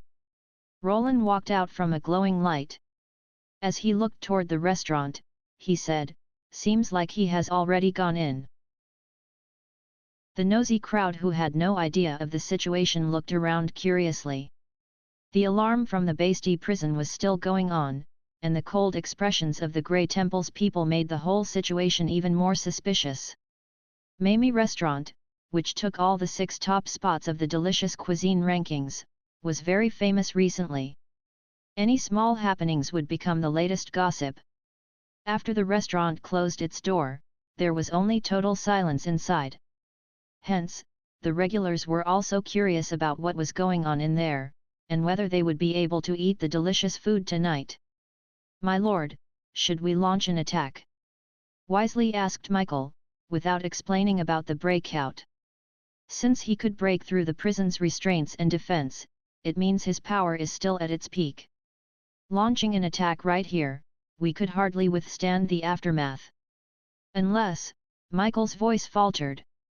Unless Krasu and Urian are on our side, Roland continued, but judging from his expression, obviously even he didn't believe something like that would happen. Wisely looked at the residents who came to have a look. They were used to a stable life, so they had nurtured the habit of watching in on the scene of bustle. If they really attacked right here, many people were going to die as collateral damage. The altercation between 10th tier powerhouses was a matter of life and death. It wasn't a child's play. Once they started, the situation would be out of control. Should we evacuate the area? Wisely asked again. Evacuate everyone within the radius of 500 meters. Keep the movements as quiet as possible. Michael nodded slightly with a smile. Boss Mag's place is ideal for negotiation. Since they haven't started fighting, then we shouldn't attack unless it's absolutely necessary. All the people who were eating in the restaurant were very aware of the happenings outside. Isn't that going to affect my business? Where can I go and complain if they damage my restaurant? Mag turned to look toward the door. He cocked an eyebrow before looking at the three powerhouses who were eating calmly. He was worried the people outside were going to attack without understanding the situation better, so he got up with a smile. I think I have a few more customers here. Let me go and have a look. Mag opened the restaurant's door, and Michael retrieved his hand that was about to knock on the door. He smiled at Mag. I heard the restaurant has an unusual customer today, Boss Mag. He's eating in there right now. Mag knew whom he was asking about, and didn't bother to hide it at all. He had to be a tough character if he could get Krasua and Urian so wary like that. Since the City Lord's Castle and Grey Temple were here, it would be the best for them to handle this. After all, he was only a restaurant owner. Michael, Roland, and Wisely looked into the restaurant. 3 tables were placed together, and a strapping bald man was sitting at the same table with the restaurant's staff with his back to the door, eating quietly. Their expressions became awkward. This man, who was ranked among the top 3 most ruthless criminals in the Basti prison, a notorious fiend, was actually eating dinner with the restaurant's staff next door after breaking out of prison violently. Even given the trio's status and experience, they were still shocked by this scene. Mag saw the Grey Temple's people removing the customers who were lining up and the crowd, so he cleared his throat, and said, "My lords, let's talk things over. My customers are still waiting to eat their dinner. It's not easy after lining up for so long, so let's not chase them away. Stop the evacuation for now." Michael lifted his hand, and the evacuation stopped immediately. Then, he smilingly said to Mag, "Smells great. Boss Mag must be introducing a new item today, right? We can be considered old friends, and it's dinner time now. Why don't you let me and Roland in to eat something? You just need to add 2 more stools. Lord Krasua and Lord Urian are Amy's teachers, respecting them is part of our duty." That old mister was invited in by Amy, who took pity on him. "As for my lords, I didn't prepare any fancy dinner, so I think it's inappropriate with your status." There was a hint of hesitation on Mag's face. "No way. A helping of Buddha jumps over the wall cost 10,000 copper coins." He didn't care if they were the City Lord or the Lord of Grey Temple, they were not going to get a free meal. Wisely looked at Mag with an awkward expression. This restaurant's owner was really brave. Normal restaurant owners all wished for the City Lord and the Lord of Grey Temple to eat at their restaurants, yet this owner was actually rather unwilling. This stingy fox. Michael scolded Mag in his heart before he nodded and smiled. "Don't worry, Boss Mag. Just take note of what Roland and I ate, we will pay for it. You are simply too kind. I will take good notice of them. Come on in, my lords," Mag said smilingly and stood aside. Michael and Roland glanced at each other before entering the restaurant. Mag turned and closed the door. Mag added 2 more chairs and let Michael and Roland sit next to Krasua and Urian. He gave them a bowl of Buddha jumps over the wall each before returning to his seat and continued eating his dinner quietly. The hairless monk, Krasua, and Urian weren't affected at all as they continued to eat. However, the others were not so calm. Michael and Roland were after all the City Lord and the Lord of the Grey Temple. They didn't usually get to see big shots like them, and now they were actually sitting together at the same table eating dinner. It was only natural that they felt nervous. "Lord Krasu, Lord Urian, how are you doing lately?" Michael greeted first with a smile. "Okay, quite well." Krasu nodded and continued eating. Urian only made a sound coldly. He didn't even lift his head. Michael knew their temperaments, so he wasn't offended.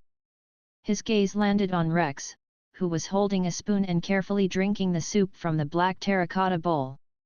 His eyes narrowed, and he smilingly said, "Seems like we need to improve the quality of food in the basti, otherwise everyone will be trying to get out to eat dinner. That's bad for management." Roland had already picked up a spoon and taken a sip of the broth. A blissful expression appeared on his face. After a while, he sighed. "Improvement is easy, but to improve to this extent, I'm afraid those cooks could never achieve this standard for the rest of their lives." The meat aroma of the broth was releasing itself crazily in his mouth. At that moment, there was almost no language in his mind that could describe this strong impact. After that momentary astonishment, the rich layers of the flavors began to unravel. The layers were on top of one another, but they didn't interfere with one another. The freshness of the seafood, the wildness of the beasts. All these made him immersed in the taste.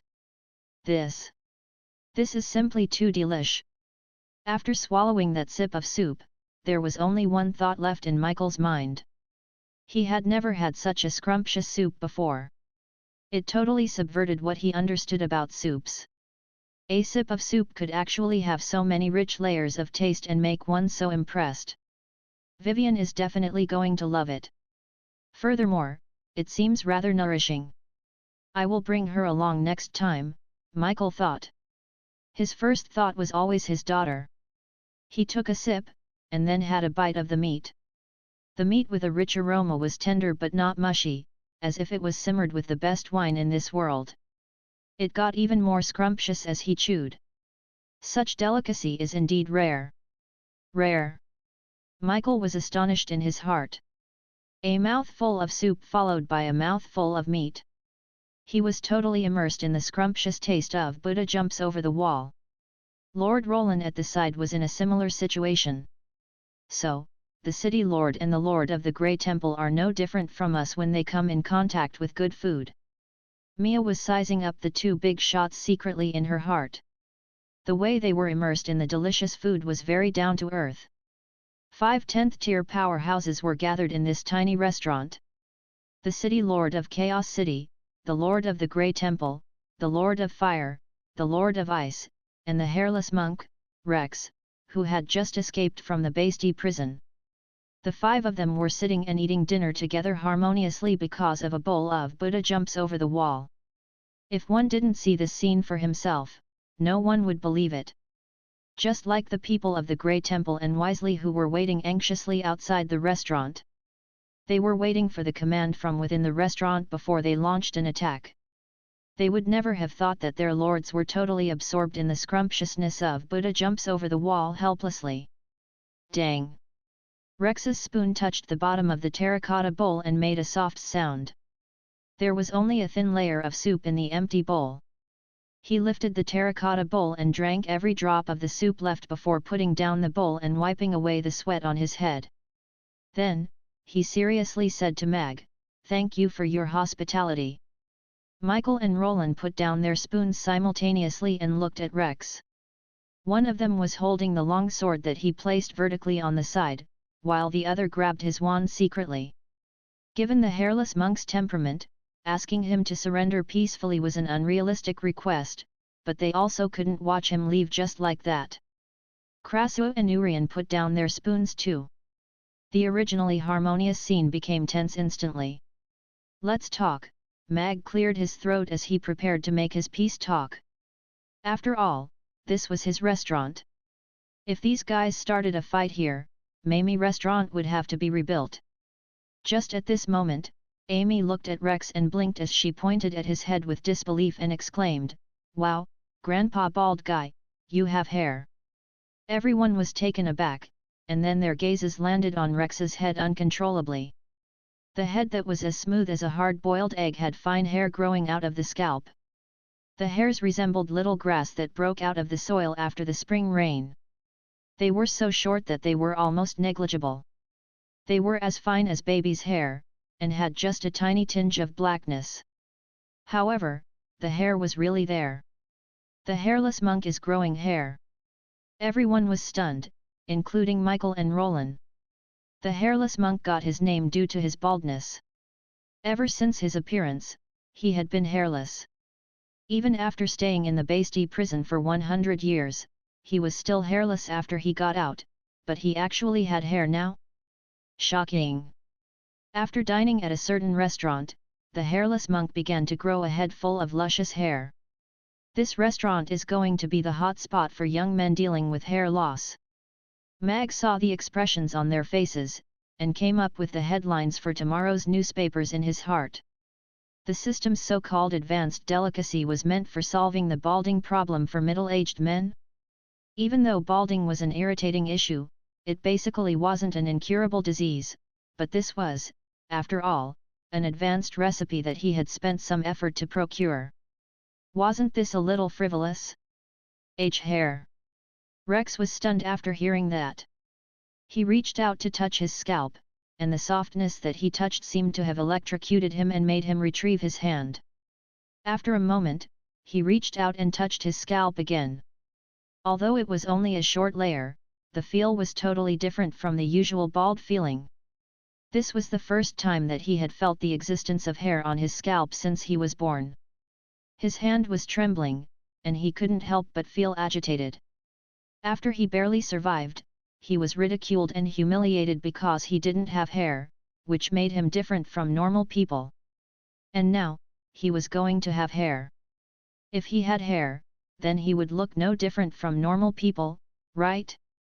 After eating the tasty Buddha jumps over the wall, Rex felt something had changed in his heart.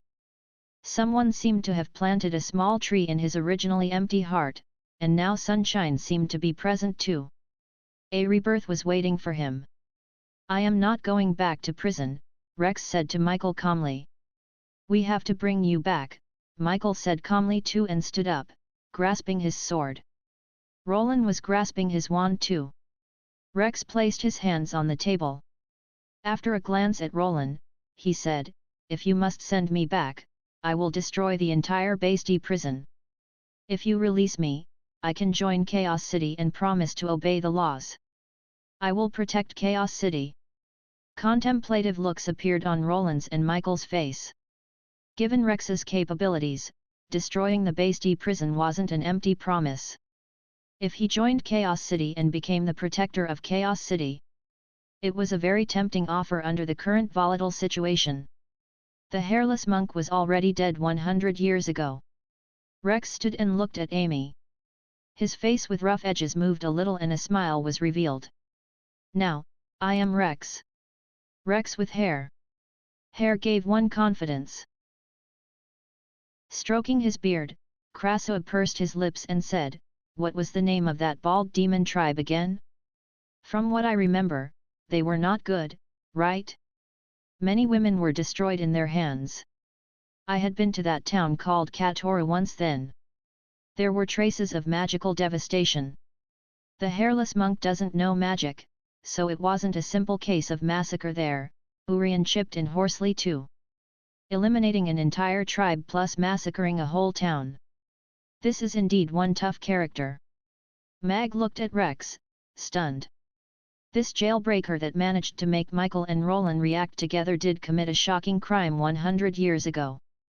However, judging from Urian's and Krasoa's behavior, even though they deemed him to be a dangerous person, they weren't disgusted by his deeds. Instead, they even respected and understood him. After all, the two of them did work together to eliminate a man-eating demon tribe in the past. Rex looked at the two of them calmly as he waited for their reply. Michael pondered for a while before looking at Roland. Roland nodded slightly before saying to Rex, regarding your case, I have read the files before. There were indeed parts that were fishy, but you've refused to say anything for so many years, thus, there was no way for us to investigate. Now, can you tell us what happened at Katora then? Did you slaughter all the people in the town? Grandpa Bald Guy, you have to tell Uncle City Lord honestly. He is a good man and he will definitely help you. Amy said with a serious expression. Rex raised his head to stare at the ceiling. His abstruse gaze slowly became more focused as his thoughts seemed to have returned to that border town 100 years ago. I went to Katoru immediately after I massacred the entire Sly tribe. There was a huge sandstorm that day. The sand had obscured the sun, and almost buried the town of Katoru totally. I had already sensed a strong presence of magic before I reached Katoru. Katoru was just a normal border town without any powerful magic casters. I already had the capability to kill those people who persecuted my mother many years before that, but I didn't act upon it until I was strong enough to kill the great elder of the Sly tribe. It was only then that I began my retaliation, starting with annihilating the Sly demon tribe. However, I discovered the whole town had already been massacred after I entered Katoru. Everyone was dead. Adults, children, even the dogs were all dead. I walked on the streets littered with corpses. I found those guys who persecuted my mother all those years ago in a dilapidated house. They were dead too. My enemies were all dead. I stood in the Katoru square for the whole day before leaving. As for what happened after that, you guys should be very well aware. Rex retrieved his gaze, which still had a tinge of sadness, but his expression was very calm. So, that implies that you had nothing to do with the Katoru town's massacre? Then why did you never mention that to anybody, even after you were caught? Michael asked Rex, feeling perplexed. The incident happened during the War of the Species. The town of Katoru was swiftly buried by the sand after the massacre. Nobody knew what happened then, but a witness swore he saw Rex leave the town of Katoru on that fateful day. Moreover, Rex had just massacred the Sly tribe right before that, so this incident was very soon characterized as a retaliatory massacre. Rex also seemed to acquiesce about that incident, and he didn't make any response. Therefore, after the War of the Species had ended, every tribe was going after those notorious villains who did all the horrible deeds. The hairless monk who had massacred a human town and annihilated a demon tribe became one of the villains. He was besieged by the human and demon powerhouses working together. He was eventually thrown into the Basti prison. Since my enemies were already dead, it didn't matter to me who did it, and I didn't want to explain to anybody, Rex said naturally. Roland nodded and said to Michael, he didn't speak a word during the trial. Finally, he was convicted by default. Mag, who had remained quiet the entire time, suddenly interrupted, in this case, his crime should only be about massacring the Sly tribe, and judging from the crimes committed by the Sly tribe to humans, from the humans' point of view, anyone who had annihilated them should be considered as a hero. If the Sly tribe hadn't been annihilated by him, we would have teamed up and annihilated them afterward anyway, Krasu said lightly. Yup, Urian agreed with Krasu very unusually. In this case, was Grandpa Bald Guy wronged? He's such a poor thing. He lived in a totally dark place for 100 years without any good food, Amy said as she looked Rex piteously. Everyone was looking at Rex with sympathy. He was wronged for 100 years. It was simply too pitifully. The sentence given then was 200 years of imprisonment. Now, half of it was already fulfilled. If the massacre of Katoru town wasn't done by you, then you are only responsible for the massacre of the Sly tribe and half of that sentence. Roland extended his right hand to Rex. Congratulations, your sentence is finished. From now on, you are a free man. Rex looked at Roland and hesitated for a moment before reaching out to shake his hand. We welcome your joining Chaos City and becoming its protector. Michael also extended his hand to Rex with a smile. Rex looked at Michael, dumbfounded, and only reacted after a while. He shook his hand and agitatedly said, "Thank you." The ambience in the restaurant improved immediately. The issue was resolved perfectly without any violence. Everyone heaved a sigh of relief. Amy smilingly said, "This is great. Let's continue to eat our dinner." "Yes." Let's continue to eat. The restaurant has got to open for business soon too, Mag urged them with a smile as he glanced at the time. Although something remarkable had just happened, to him, starting the service on time was obviously the most important issue. Everyone sat down again and began to eat. Michael took out his money bag when everyone was almost done eating, and said to Mag, "We have troubled you, Boss Mag. Please take a look at how much Roland, Rex, and me spent. I will pay you right now." "You are too kind, my lord. As a resident of Chaos City, this is what I should do. Let's not include the other dishes. The total cost of the 3 bowls of Buddha jumps over the wall is 30,000 copper coins, Mag replied, full of smiles. Chapter 1115 Every mouthful tastes of money. 10,000 copper coins a bowl. Everyone in the restaurant was looking at Mag with disbelief. Even though the food items in Mamie restaurant were always expensive, a bowl of soup that cost 10,000 copper coins was too unbelievable. Wait a sec. I just drank a bowl of soup that costs 10,000 copper coins? My heavens!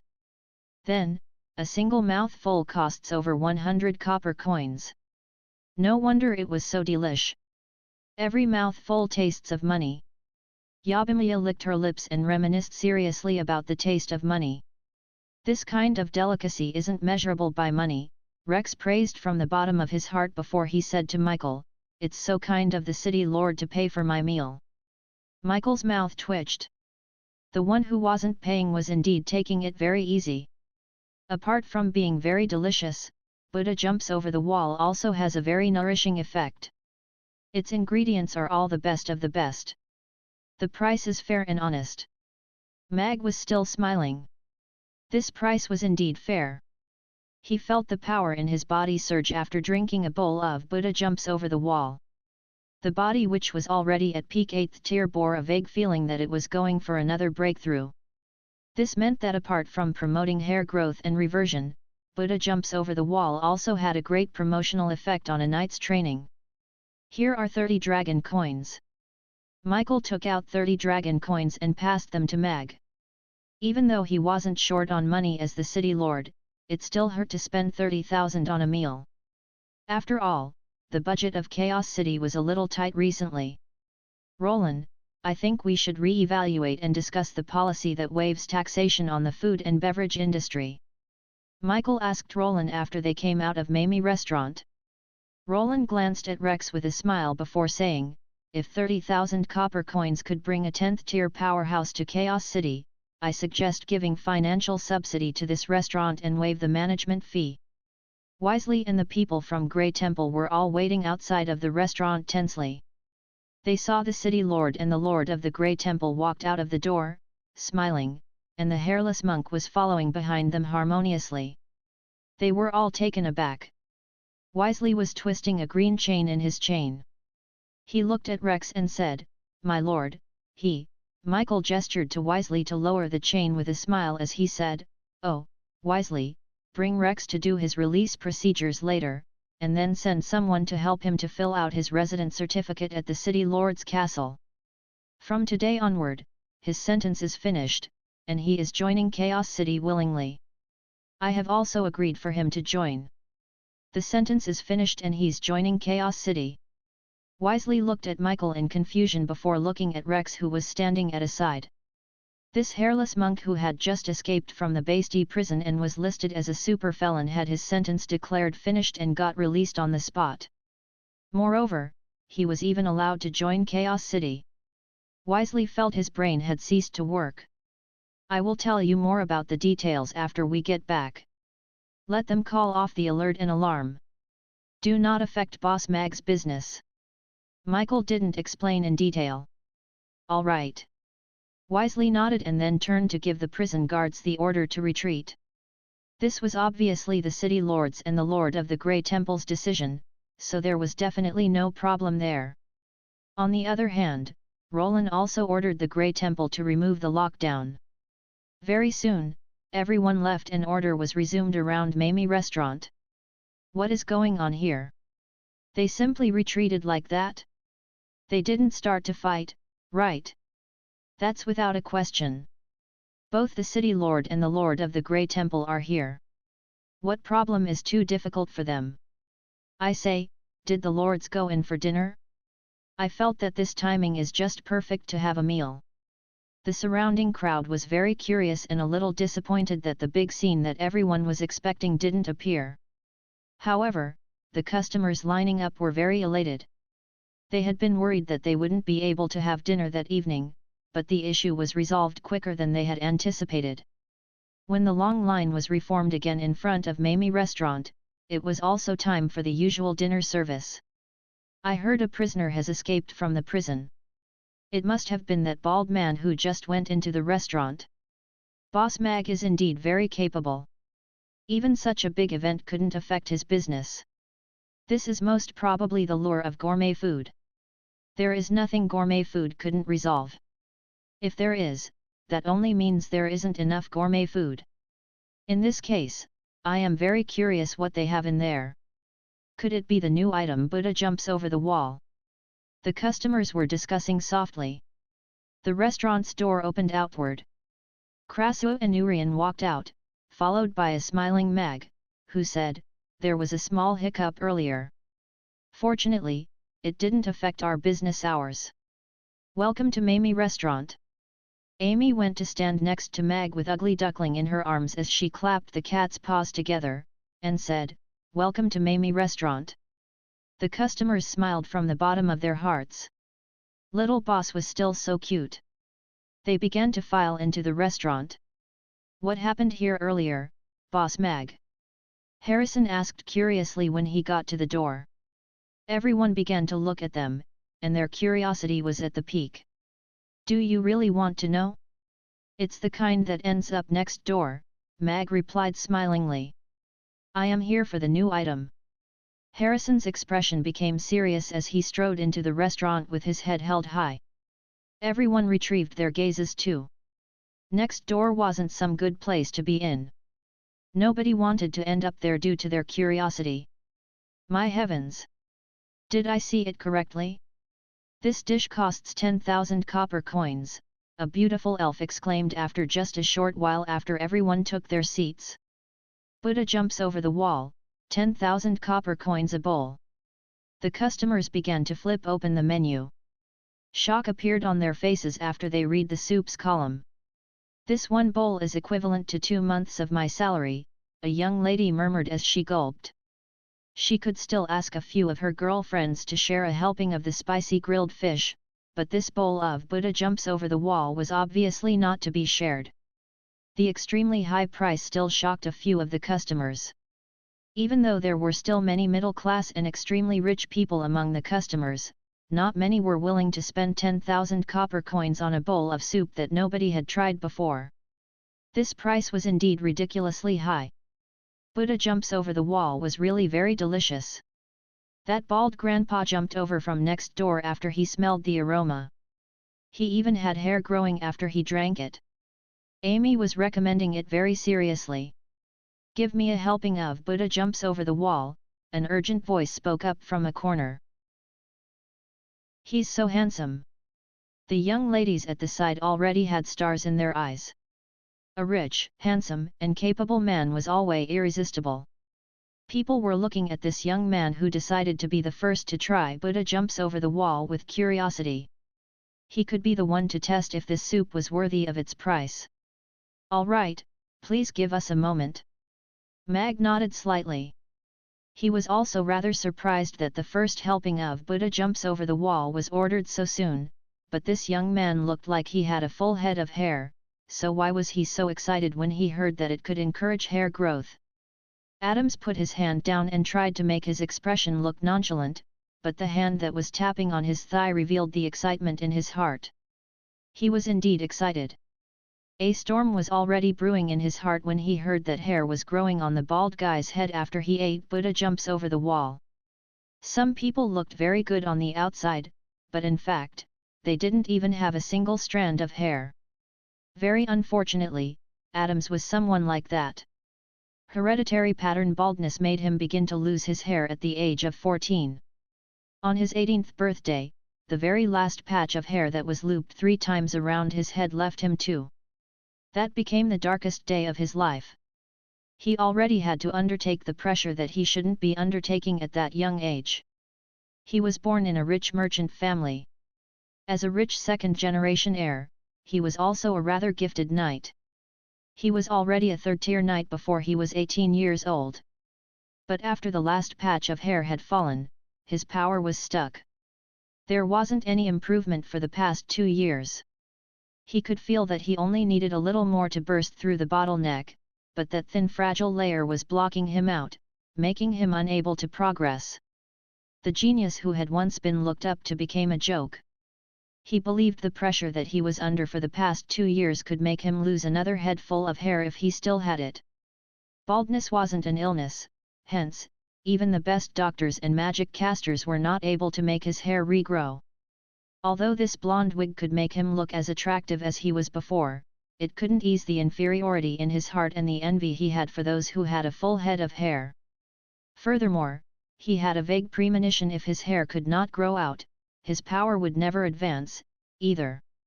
The 3-year agreement that he had with his father would be due tomorrow.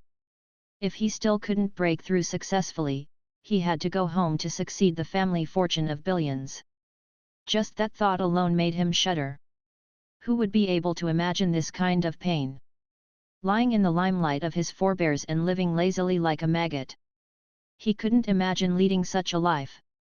Therefore, when he heard Amy's words, he was so excited that he almost jumped up. There really was something that could make hair grow again. He could be considered as Mamie Restaurant's regular.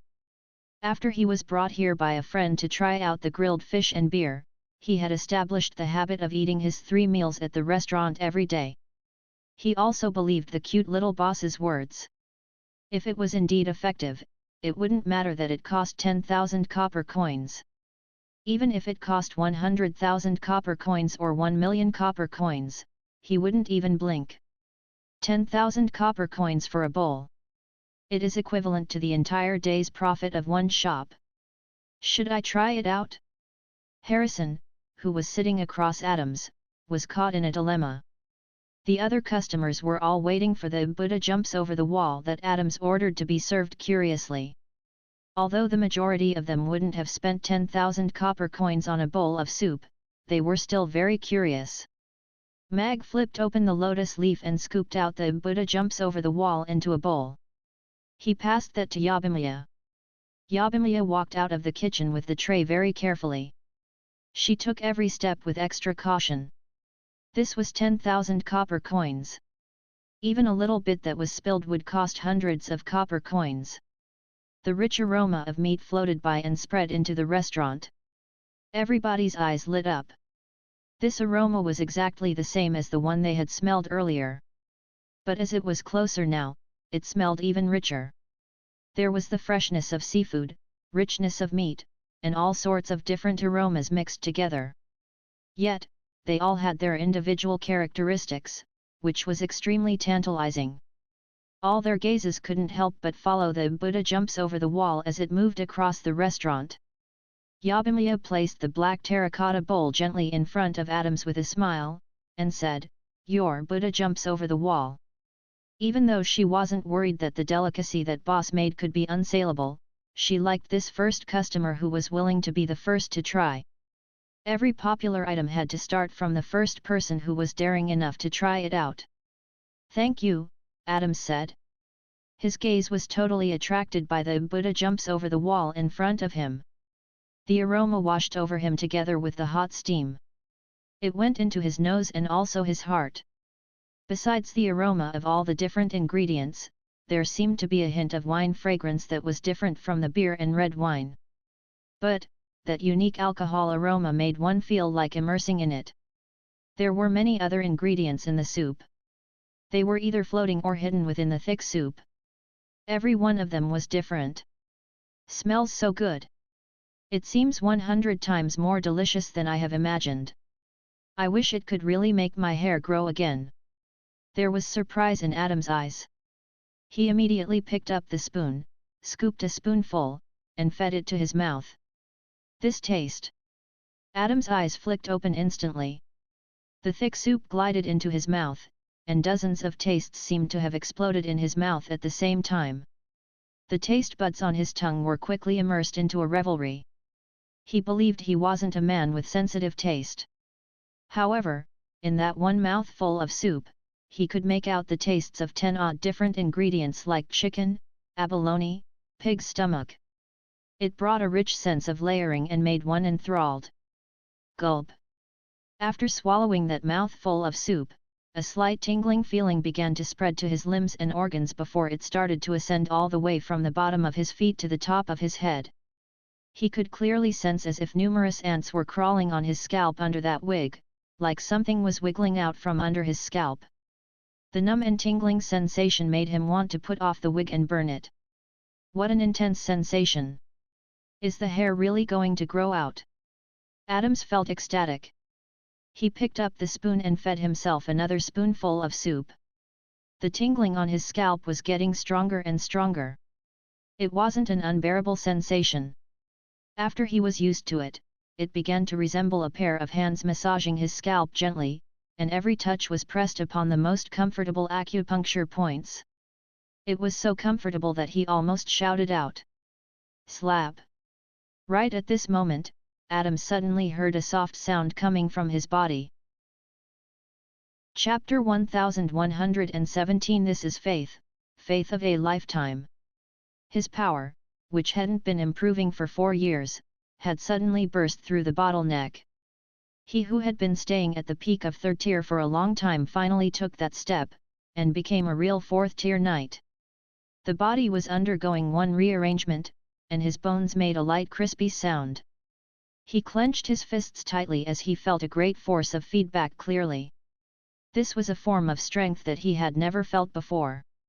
Although there was only a difference of 1 tier between the 3rd tier and 4th tier, it was the difference between a low-tier knight and a mid-tier knight. Adam's body trembled. Excitement was longer able to describe his current emotions. Nobody knew how he had survived the past 2 years. On every sleepless night as he lay in his resplendent room, he hugged his smooth head and cried as he gazed into the bejeweled mirror. He not only had to watch out for the nightly attacks of those beautiful and voluptuous ladies, he also had to withstand the pressure of the 3-year agreement. Such days were unbearable. And now, he finally advanced. 4th tier. He finally advanced to the 4th tier. He could finally stand in front of his father proudly and reject that filthy money. He could continue to pursue his dream of becoming a great knight. His goal was Alex, that legendary knight. He had to discard all distractions and temptations and focus on his career of being a knight before he could become someone as great as him, right? Yes, it must be. Adams thought in his heart. He had already decided he would not be influenced by other stuff before he became a great knight. Mama, what's wrong with that big brother? A little girl looked at Adams with fright. Maybe he has gone crazy because Boss Mag's food is too delicious, the young mother replied after pondering for a while. Oh. The little girl nodded thoughtfully before she seriously said, then, we'd better not eat that. We will eat more ice cream. Ice cream won't make us crazy. The other customers were also staring at Adams with astonishment. This chap looked quite normal, but after drinking a few sips of the soup, he became a little over the top. Adams, too, soon noticed that he had overreacted. He blushed and retrieved the finger that he was pointing toward the ceiling awkwardly. He nodded to everyone apologetically before sitting down and continuing to eat Buddha jumps over the wall. This was no longer just a bowl of delicious soup in his heart now. It was the miracle drug that gave him a new life. It let him advance to 4th tier before the 3-year agreement was due. Moreover, he could feel something was coming out from his scalp. He was 100% sure that it was the hair which was missing for the past few years, and was now growing furiously. A bowl of Buddha jumps over the wall had altered his fate. He no longer had to bow down to fate. A respectable young lady for a wife and all the money that he could spend weren't stuff that he wanted to give up his dreams for. Bro, is it really so nice? Harrison hesitantly asked Adams, who was crying. Adams lifted his head and mumbled, This is already beyond the description of delicious. This is faith, faith of a lifetime. In this case, this is indeed worth trying out. Harrison nodded as he decided. He raised his hand. Give me a bowl of Buddha jumps over the wall too. I want one. One for me too, and then give us 2 small bowls. The results of Adam's testing were exceptional. It successfully made those hesitant customers begin to order. Adams, who was still eating, quickly raised his hand to order another helping. The effect of half a bowl was already so strong, so he wanted to have another helping to further enhance the effect. If he could remove his wig and stand in front of his father tomorrow, he would give him a stronger impact. I am sorry, dear customer. Because the amount of Buddha jumps over the wall is limited, every customer can only order 1 helping. Mia shook her head at him. We can only order 1. Adams was disappointed. After thinking for a moment, he tried again. If I will pay double for it, can I have another one? I'm sorry, you cannot. Mia shook her head. 20,000 copper coins for a helping was indeed very tempting, but boss had already told her earlier that there were only 10 odd helpings of Buddha jumps over the wall left. In order to let more customers have a chance to try it, they had to impose certain restrictions. Adams was also a regular at the Mamie restaurant, so he knew the restaurant's rules and Boss Mag's temperament very well. Numerous pretty young ladies had tried to charm their way to another helping of tofu pudding, but none had ever succeeded. All right, thank you. Adams nodded courteously. It seemed like he could only come again tomorrow. After finishing the Buddha jumps over the wall, Adams ate a bowl of Yangzhou fried rice. He left after paying happily. He only wanted to get back home right now, and remove his wig to check if there was really hair growing out of his scalp. Adams' action of offering to pay double for another bowl of Buddha jumps over the wall had spurred many hesitant customers. Soon, a few more customers had ordered Buddha jumps over the wall. I am sorry, dear customer. The Buddha jumps over the wall is already sold out. You can order next time, Mia said with a smile to a bald customer. Only 10 odd people have ordered, right? Did you only prepare so little? Can I ask Boss Mag to make another one for me? That customer looked around perplexedly. Because we have just introduced it today, the amount prepared is small. Furthermore, the process to make Buddha jumps over the wall is very cumbersome. We need a few days of cooking before it can be done, so there won't be a lot of it for sale every day in the future too. Boss also isn't able to make another one for our customers immediately, Mia said, shaking her head. Oh, I see. The customer nodded thoughtfully.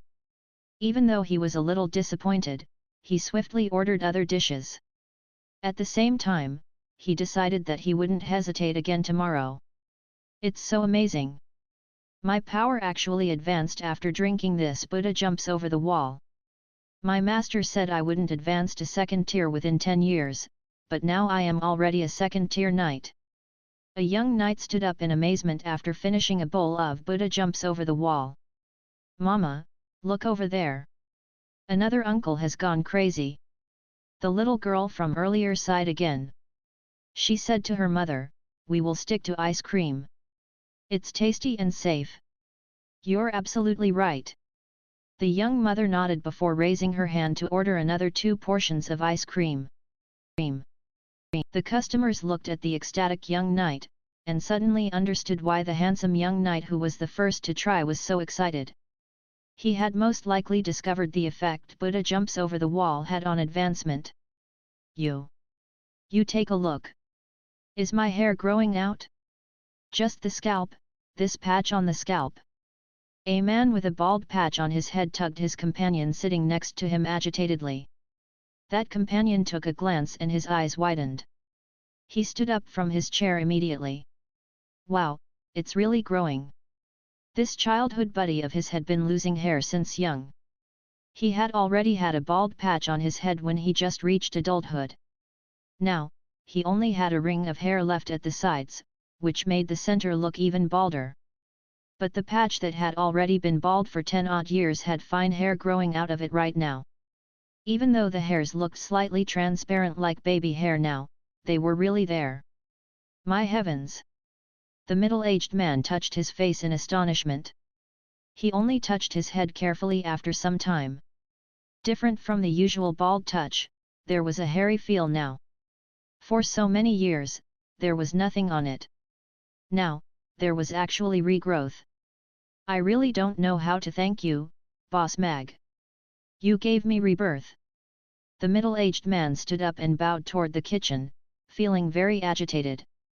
Damn! It actually has a promotional effect for hair growth.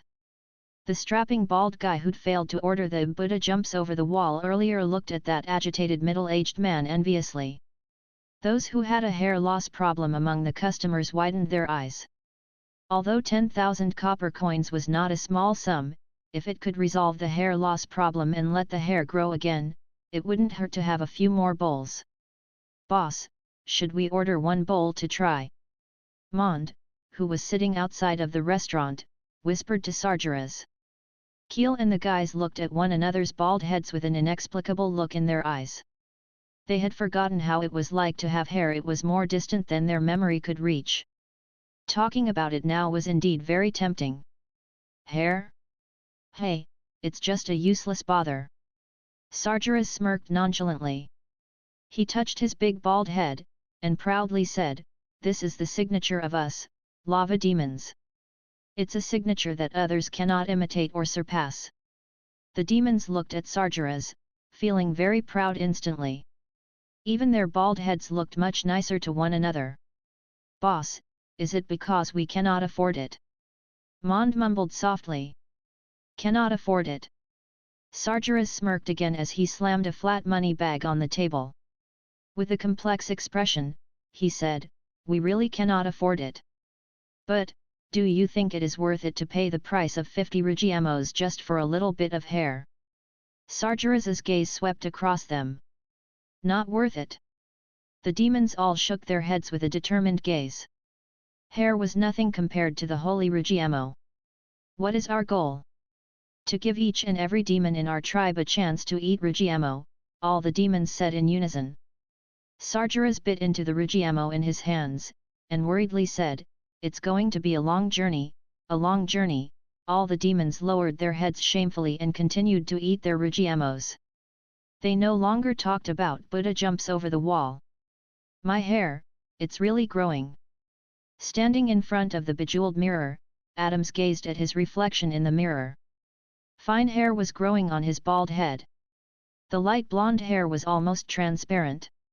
The hairs were short and soft, but in Adams's eyes, they were glowing like gold. They are coming out now. When they get longer, I will really have hair. This is fantastic. Adams looked at himself in the mirror for a long time and laughed in a daze. If he hadn't still had a thread of sanity left, he would have announced to the world that he, Adams, finally had hair again. Now I have hair again, and my power has advanced to the 4th tier. I will be giving Father a huge surprise tomorrow, right? A brilliant smile appeared on Adam's face. In the brightly lit Gould Manor, the servants were busy with the preparation for tomorrow's banquet. A bald man wearing luxurious black clothes was standing on a platform as he loudly said, "Check the banquet's arrangements again. I have invited most of Chaos City's gentry tomorrow to witness the end of our 3-year agreement. Of course, it is also the moment when I will formally introduce my successor to them. It has to be grand." Charney, the patriarch of the Gould family and one of the top 10 tycoons in Chaos City.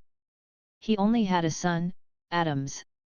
Hence, he had always been trying to groom him as the successor of the Gould family and an outstanding businessman. But since Adams was young, he had totally no interest in doing business. Instead, he was very interested in the knight's arts and ways which were only meant to improve his physical health initially. To make Adams return to the family business willingly, Charney had made a 3-year agreement with him 3 years prior.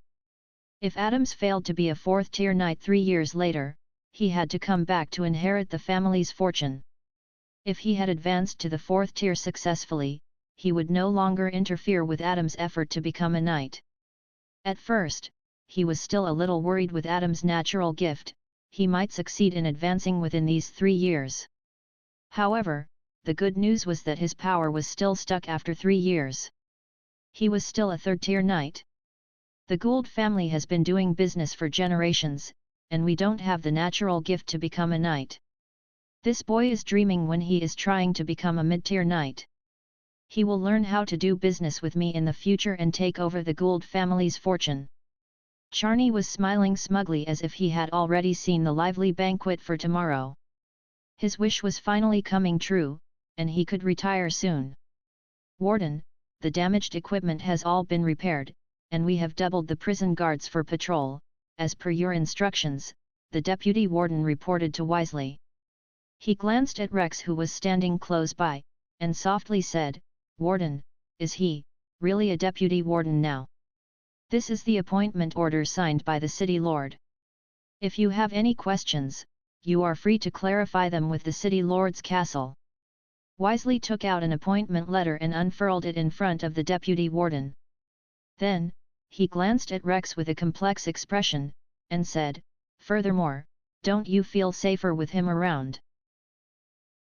Amy's eyes lit up, and she excitedly asked, "Are we eating supper?"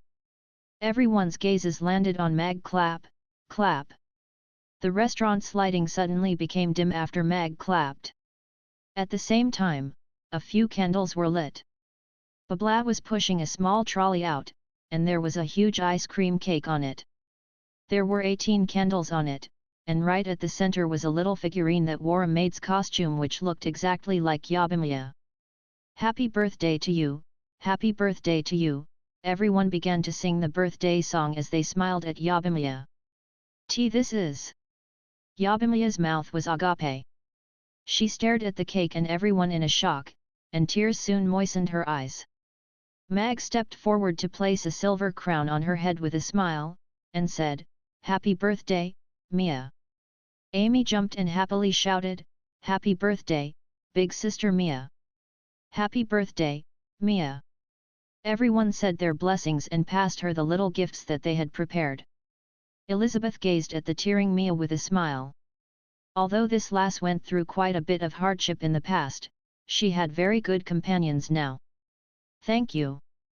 "Thank you," Mia nodded in reply, holding the gifts with tears in her eyes. She had to tilt her head to make sure the tears didn't fall out.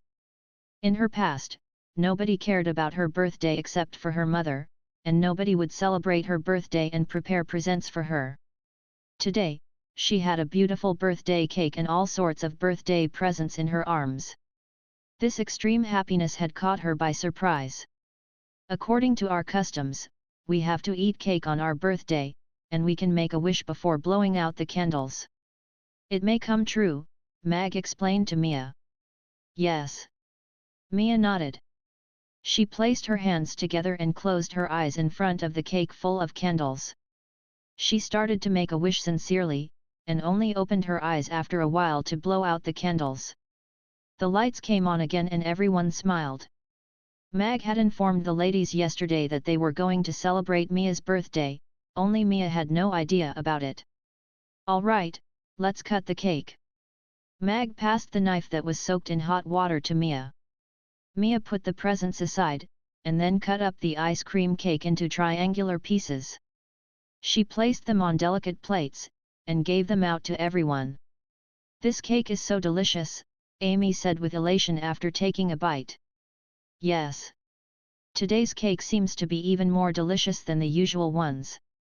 Could it be that it's Mia's birthday cake?" Babla nodded before swiping some cream, and rubbed it onto Mia's nose.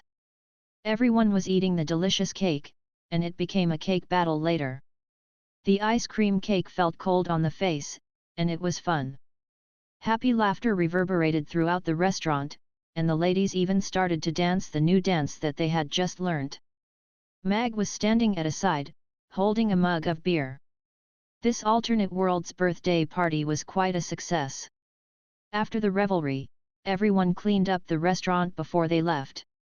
"Thank you, boss," Mia said to Mag chokingly as she stepped forward to give him a tight hug. This is what I should do. Mag rubbed the head in front of his chest gently with a smile. He had picked up this lass at his doorstep, and she had always been a lovable girl. Big sister Mia is hugging father, and father is patting her head gently. Is this considered an overboard behavior? Should I note it down? Amy was deep in thought after seeing the two of them hugging. Mia lifted her head from Mag's chest. She suddenly realized she had taken the initiative to hug her boss. She blushed and took 2 steps back before seriously saying, "From tomorrow onward, I will work even harder." "You are already working very hard. Go back and have a good rest." Mag shook his head with a smile. Mia's working attitude could only be described as a model worker. He would really feel bad if she worked any harder. Everyone bade farewell. "Mia, I am bringing you to a place." Elizabeth halted on their way back, and turned to look at the blushing Yabimia. "Sis, I have something to tell you too." Mia stopped, and softly said to Elizabeth, "If I like boss, is there a chance that we could ever be together?" "You like him?" Elizabeth gazed at Yabimia with a complicated expression. She looked angry, but seemed to have expected it. "I don't know, either." Yabimia shook her head with confusion in her eyes. "But, nobody has treated me as nicely as he. After escaping from that back kitchen of that little restaurant, I thought I was going to die. He brought me delicious food, and let me stay and become part of the restaurant's staff. It was he who told me I wasn't as bad as I thought. He taught me self-confidence and pride. It was also he who allowed me to acquire all the friends and you. I don't know if I'm really in love with him, but I think no other man will ever be as important to me in my heart as he in the future." Yabimia's gaze became determined as she smiled at Elizabeth. "I think this may be love." Elizabeth looked at Yabimia for a while with heartache. She couldn't voice out the words that she was about to say. She finally nodded after a moment of silence. "He is indeed a good person. But, I don't intend to tell him." Yabimia implored Elizabeth, "Can you keep this secret for me?" "Why? Shouldn't you tell him about your feelings if you do like him?" Elizabeth asked perplexedly. No, Yabimia shook her head and sighed. For a person as outstanding as him, only someone like Miss Gloria or Miss Luna could make a good match with him. I am just a half-dragon, and I don't know anything. I don't deserve to be with him." Elizabeth looked at Yabimia, who was biting her lips, and her heart suddenly constricted. She grabbed Mia's hands as she shook her head. "You are not some lowly half-dragon. You are the princess of the Frost Dragon tribe, and you will become a real golden dragon." Chapter 1120 Where Are My Boobs? Even though this wasn't the first time that she sat on Elizabeth and took to the air, the feeling of being alone was still rather amazing. She could feel the wind whooshing by her rapidly, and see the black mountains underneath passing by her quickly. She loved this feeling. As if she was a free bird flying anywhere she liked in this boundless sky. Elizabeth landed on the peak of a high mountain. The rather flat peak was littered with pebbles, and wild beasts' howls could be heard from the woods at the bottom of the mountain. "Why did you bring me here, big sister?" Yabimia asked Elizabeth, who had transformed back into a human. She looked around her curiously, and guessed they had to be far away from Chaos City. "I wasn't simply consoling you with words earlier." A ring manifested in Elizabeth's hand.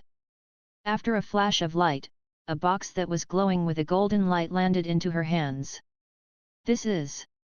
Mia asked. "This is the Golden Dragon Source. It's a gift prepared by Father for your coming of age," Elizabeth answered.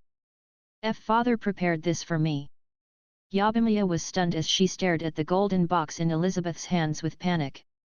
"Yes. I have been searching for him for the past few years, but I couldn't find him. I only found this ring in Chaos City. He left a message in the ring, telling me about your existence, and made me give you this golden dragon source on the day you came of age. It would free you from the body of a half-dragon, and let you become a real golden dragon." Elizabeth nodded. "But But why didn't he come and meet me personally? Since he was in Chaos City, why didn't he come to look for me and Mother? Mia's lips were quivering as she made sure her tears wouldn't drop. I think he must have his reasons. He has too many enemies in this world. Maybe he didn't want others to know about your existence. Elizabeth went forward and hugged Mia. Even though he has many faults, I believe he still loves us. But I really want to meet him. Yabimia couldn't hold it back anymore. She thrust her face into Elizabeth's bosom and began to cry. Elizabeth patted her back gently with tears sparkling in her eyes as she was no different from her. Yabimia's emotions finally calmed down slowly after some time. Merge with this dragon source. You have come of age today, so the effect would be optimal. Elizabeth passed the glowing box to Mia. Bite your finger and drip the blood onto the box. Mia held the golden box with both her hands. She could feel a warm sensation coming from the box as if there was a life within it. After some hesitation, she followed Elizabeth's instructions and bit her finger. She dripped a drop of golden blood onto the box. The light golden glow suddenly became very glaring. With a crack, the square box shattered like an eggshell, and revealed a semi-transparent light gold ball within it. The soft touch resembled a peeled egg. A little golden dragon was swimming slowly within that semi-transparent eggshell. Roar! Right at this moment, a soft roar came from the egg, and the little golden dragon burst out of the shell. It spread its wings and dived toward the center of Yabimia's brows. It transformed into a golden beam and disappeared in between her eyebrows. Yabimia was frozen on the spot like a marionette. Golden beams were sparkling in her eyes as if they were going through an amazing change. It's going to be successful, right? Elizabeth stood to the side nervously. Golden beams were flowing throughout Yabimia's body, and the golden dragon tail burst out immediately. Then, golden scales began to appear on her cheeks and wrists. These were changes that manifested after she ate the Buddha jumps over the wall earlier. However, the transformation didn't stop there. The golden beam got brighter and brighter, and followed with a soft crackling of the bones, Yabimia's body began to get bigger. Her maid's costume stretched, and then was shredded into pieces. Fine golden scales covered her entire body, and her body got bigger rapidly. Soon, a golden dragon with a wingspan of 50 meters appeared on the top of the mountain. Golden scales on the slender body were glistening under the moonlight.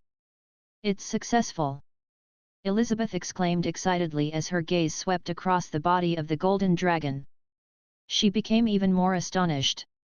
She actually has a 6th tier power as soon as she transformed. Roar! Yabimia opened her eyes and whimpered subconsciously, but then she realized she had let out a majestic dragon roar instead. This is... She was stunned for a moment before peering downward. Elizabeth, who was standing in front of her earlier, was now as tiny as an ant. Why did you become so small, sis? Mia said in confusion. It isn't me who became smaller. It's you who became bigger, Elizabeth said smilingly. I became bigger. Yabimia was stunned before she looked down again. Her eyes widened instantly. Golden dragon scales, golden wings, golden claws. What a huge golden dragon! Where are my boobs? Yabimia exclaimed. However, she quickly regained her wits. This was not the right time to be bothered about that. She had suddenly transformed into a huge golden dragon instantly, and this change had taken her by surprise. Don't worry. You have already got rid of your identity as a half-dragon after you merged with the golden dragon source. You have evolved into a golden dragon successfully. This is your giant dragon form, Elizabeth said with a smile. Have I really become a golden dragon? Even though Elizabeth had mentioned this before they came, Mia still had an unrealistic sensation when all this indeed happened. She was humiliated for her half-dragon identity ever since she was young. She had never thought that she would be able to get rid of this identity and become a noble giant dragon. Yes. From today onward, you are a real golden dragon, Elizabeth said with conviction. After all the confusion, Yabimia finally settled down, and expectantly asked Elizabeth, then, can I fly? As a giant dragon, flying is the most basic ability. I am falling. Before Elizabeth could even finish speaking, Yabimia fell head down from the peak, flapping her wings. Impatient lass! Elizabeth sighed before she stepped out, transforming into a frost dragon, and dived down. Soon, a golden dragon was flapping her wings clumsily like a person who was drowning. She began to fly up from the bottom of the mountain in a weird posture. A frost dragon rose up slowly and accompanied her. Chapter 1121. Do you want to learn how to battle from me? The golden dragon glided across the top of the mountain, and dived across the stream before flitting over the forest. She left peals of laughter behind. Elizabeth appeared at the peak and looked at Mia, who had already grasped the techniques of flying. She smiled as she said to herself, she indeed has great talent. Yabimia landed on the top of the mountain after she had enough of the fun. She retracted her wings and transformed into a human again. Ayah! My clothes! As soon as she touched down, she discovered her clothes were already in tatters after being shredded during her transformation. She quickly covered her bosom and down under. Thank goodness, my boobs are still here. She heaved a sigh of relief after holding onto her bosom. Sis, my clothes are gone. What do I do now? Yabimia looked at Elizabeth at the side for help. Giant dragons don't need clothes. However, it is indeed a hustle after we transform into human form. You can transform your scales into any types of clothes you like, Elizabeth said, and demonstrated a trivial spell. Yabimia blinked, and then tried to use that spell. A golden beam flashed, and a set of maid clothes that was identical to the one she was wearing earlier appeared on her body. It really appeared. Yabimia looked at the clothes on her body with elation. She reached out to touch them. Apart from the smooth texture, the design was exactly the same as her original clothes. However, these were transformed from her scales, so when she touched them with her hand, it felt like her skin was being touched. She wasn't used to the sensation. Seems like I have to ask boss for another set of clothes. Otherwise, it would be rather inconvenient during work, Mia thought. Elizabeth continued, clothes that are transformed from scales will not be damaged during our transformation. So, if you intend to wear normal clothes, try not to transform on that day. Yes. Yabimia nodded. She hesitated for a while before asking, Sis, I have something that I have always wanted to ask you. Hey! I want to know, who was the one who injured you? Who gave you such severe injuries? Yabimia asked seriously as she gazed into Elizabeth's eyes. Surprise flashed across Elizabeth's eyes. She pondered for a moment before shaking her head. You don't need to know about that. No, I want to know, Yabimia said with a determined look. You are my only family. Although I am not as strong as you, I want to protect and stay by your side. Elizabeth felt as if her heart had skipped a beat. Looking at the determined Mia, she had a warm feeling in her heart. Nobody had said anything like that to her before. Nobody said that they would stay with her, and none had promised to protect her. Even her own mother had been cautioning her since she was young that she was the only person responsible for her life. Nobody would protect her or stay by her. After a period of silence, she calmly asked, Do you want to learn how to battle from me? Yabimia was stunned for a moment before nodding. Yes. I want to learn. All right. When you are able to protect me, I will tell you everything. Elizabeth nodded and curled her lips. She spread out her hands and transformed into a frost dragon again. She took to the sky and looked down at Yabimia. From today onward, I will train with you for 3 hours every night before bed. All right. Yabimia nodded and transformed into a golden dragon too. She took off and followed after the frost dragon. You are late. Mag looked at Camilla, who was wearing a black dress with a high slit, a black cape, and a gauze hat, with his arms crossed. Frowning, he said, "And where is your uniform? Even though I have agreed to join your restaurant, it's not up to you to decide when I want to come to work and what I want to wear," Camilla said to Mag with a smirk. The black cat servant who was wearing a black robe stepped forward, and said in a shrill voice, "Do you know what our madam's status is? How could a mere human like you order her around? Since this is the case, I will have to make the photo stone public and let everyone see that our honorable countess is actually a masochist." Mag said with a smile. Camilla's expression froze on her face. If the photo stones were shown to the public, then wouldn't Miss Gloria know that she was a masochist? No. This simply couldn't happen. She had to have a perfect image in Miss Gloria's heart. Camilla immediately cleared her throat, and cowardly said, I didn't sleep well yesterday, so I woke up late today. I will be punctual tomorrow." "Madam," the voice of the black cat servant had a tinge of shock in it. Mag's gaze lingered on her cleavage for a moment before he asked, "How about the clothes?" "I have brought the clothes along. I will change after I reach the restaurant." Camilla looked around. After all, given my status, how am I going to meet people again if people find out I am working here? Service staff are a respectable vocation. Mag rolled his eyes.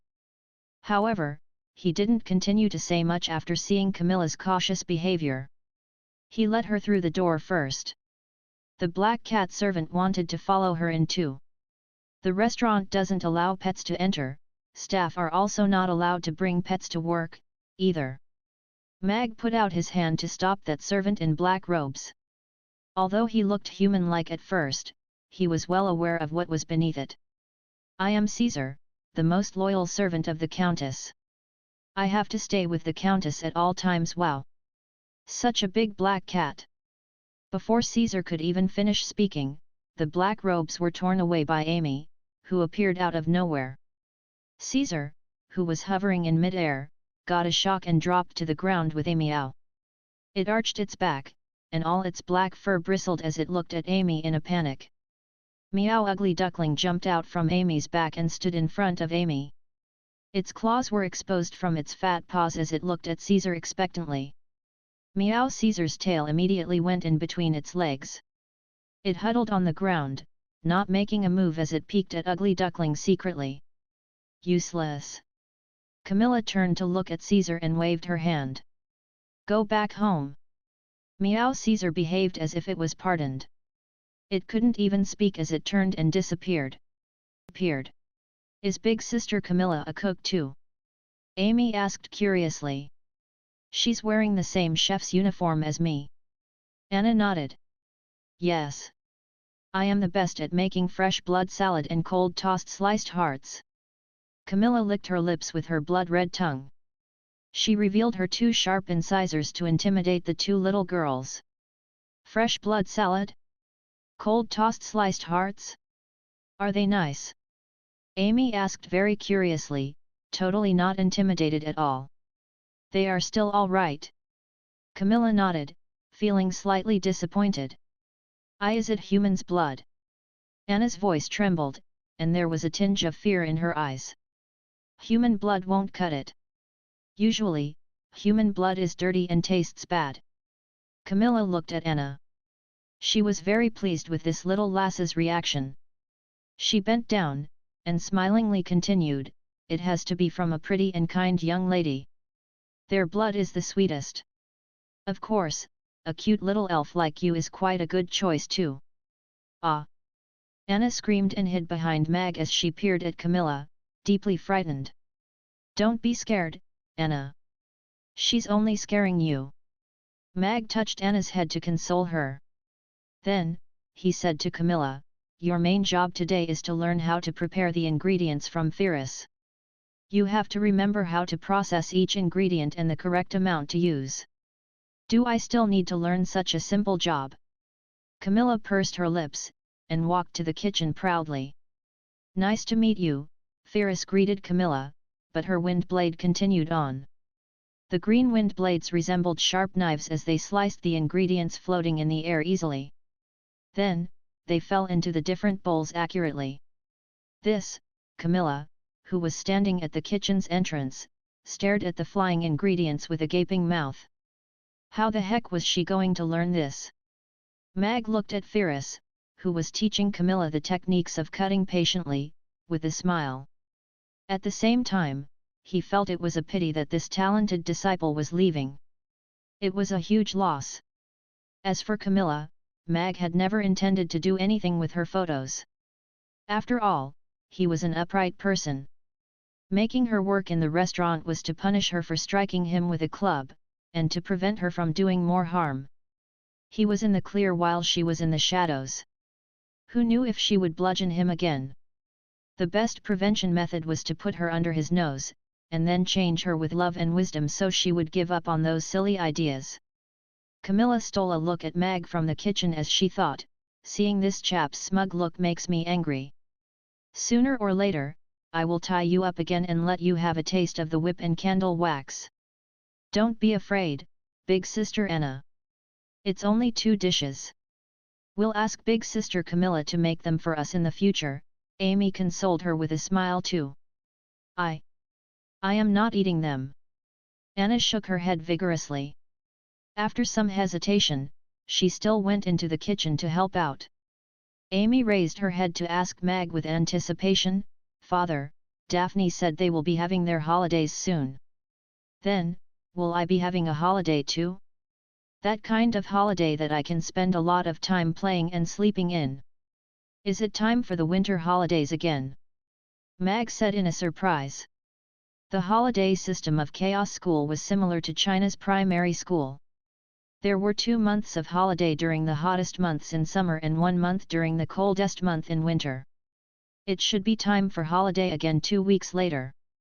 However, even though Amy could be considered as a student of Chaos School, she was always learning magic from Krasua and Urian. He wasn't sure if they would follow the holiday system of Chaos School. Smiling, Mag said, I will ask teacher Krasua when I send you to school later. Let's see when little Amy can have her holiday. Okay. Amy nodded obediently. She shuddered, and mumbled, winter is so cold. It will be wonderful if I can stay in the warm bed and sleep. Mag shook his head smilingly. This wasn't Amy's fault. Nobody wanted to leave their warm bed in such cold weather. Ding! The bells that were hanging over the door rang. Yabimiya and Elizabeth walked in. Brrr. The restaurant is still the warmest. Yabimiya exhaled out before saying with an energetic smile, Good morning, boss and Amy. Good morning, big sister Mia and big sister Elizabeth.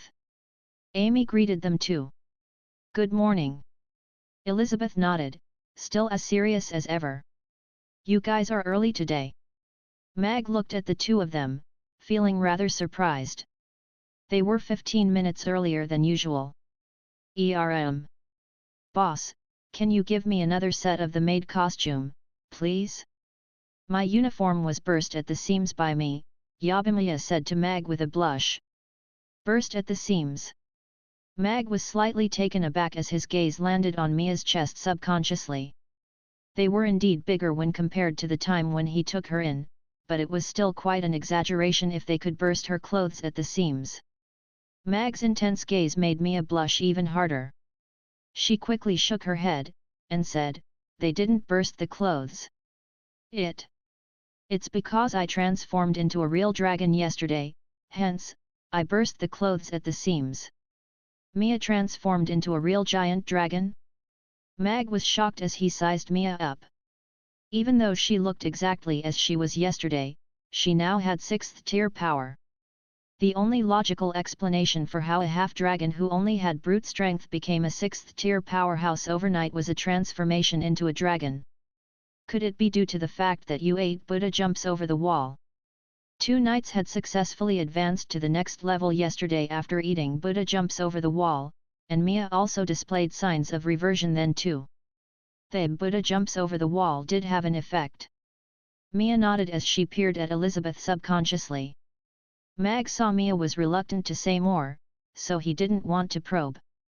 Feeling perplexed, he then asked, Then what is this that you are wearing? Didn't you say it was burst at the seams? He reached out to touch her collar as he was asking her. The texture was smooth and rather comfortable, but it felt slightly cold to the touch. It was a rather unique material. This is unusual. What material is this? He touched her skirt again, still wasn't able to figure out the material by touch. Chapter 1123 Boss, you are so naughty. Yabimiya let out a long moan with a flushed face. Mag was stunned. He looked at Mia, who was suddenly flushed with a rapidly rising and falling chest and biting her lips, strangely. It was akin to caressing her collarbone when Mag's strong finger gilded across Mia's collar, and when he grasped her skirt's hem, it was as if her perky butt was electrified. She allowed that warm hand to caress her, and the tingling sensation began to spread throughout her entire body. She almost dropped to her knees. Boss, you are so naughty. The intense shame made Mia's face as red as an apple. Her breathing was shallow, but she was looking at Mag very sensually. With some difficulty, she said, This is transformed from my scales, ah. Mag was stunned. He grasped it again subconsciously and nodded. No wonder it's so smooth. Mia couldn't help but moan again.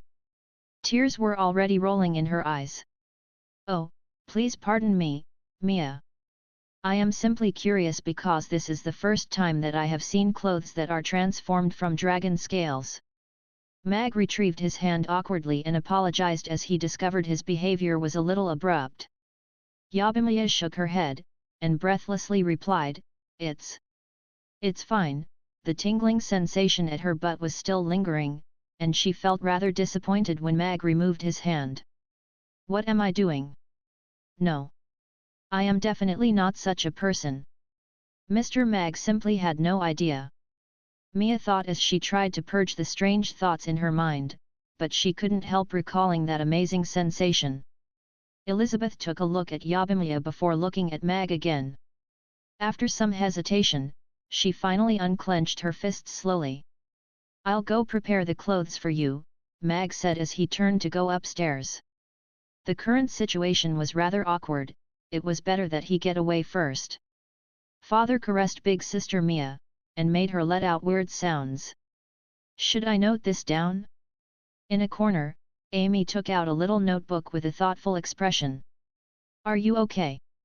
Elizabeth asked Mia softly. Yup, I am okay. Mia nodded as she forced a smile. Boss had no idea, so we cannot blame him for this. Elizabeth answered noncommittally. Mag went upstairs to get System to make Yabimiya another maid costume. Just as he was about to go downstairs, Gina walked out of the bedroom in her school swimsuit with a yawn. She gave Mag a huge hug the moment she saw him before greeting him with a smile. Good morning, Mr. Mag. Good morning, Gina. Mag pulled his face out from the deep cleavage. He let a breath and greeted her rather helplessly. It was a torture to endure such a face-washing style of morning greetings every day. This had already made him delay the date to send Gina to live at the staff's dormitory. She smelled so nice. I will be going back to Lantis today to bring back the shark's lips and shark's fins for you, Gina said. You can't fly, so you will spend a lot of time on the road if you are going back, right? Mag asked. After buying the real-time interpretation system from System, he could already converse with Gina normally. He would also teach her some common words whenever he got the spare time. He still had 2 sets of shark's lips and shark's fins, which were enough for the 2 urns of Buddha jumps over the wall today. But, the ingredients for Buddha jumps over the wall would run out by tomorrow. Hence, it was a necessity to activate the Lantistine supply chain. Smiling, Gina replied, Miss Elizabeth has agreed to go with me today. However, the High Priest said that he would figure out a way to deliver the shark's lips and fins soon. That's great. Mag nodded. Given Lantist's power as a tribe, it wouldn't be a problem for them to come up with a transportation method. Since he didn't need to rack his brains, he didn't continue to ask about it. Mr. Mag is still as handsome as he was yesterday. Gina held onto her cheeks and giggled to herself as she watched Mag go down the stairs. Mia, these are the clothes I have prepared for you in advance.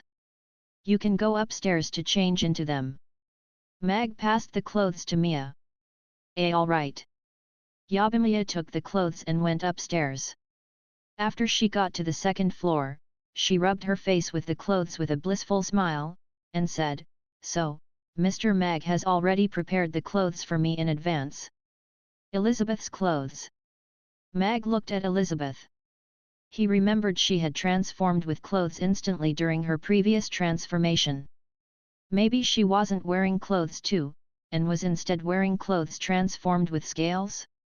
Elizabeth took 2 steps back away from Mag and looked at him warily. The surrounding temperature dipped a few degrees lower. "Don't be mistaken. I am simply curious." Mag swiftly placed his hands behind his back to signify his innocence. "I am not letting anybody touch me," Elizabeth said proudly. "Big sister Elizabeth, let's dance."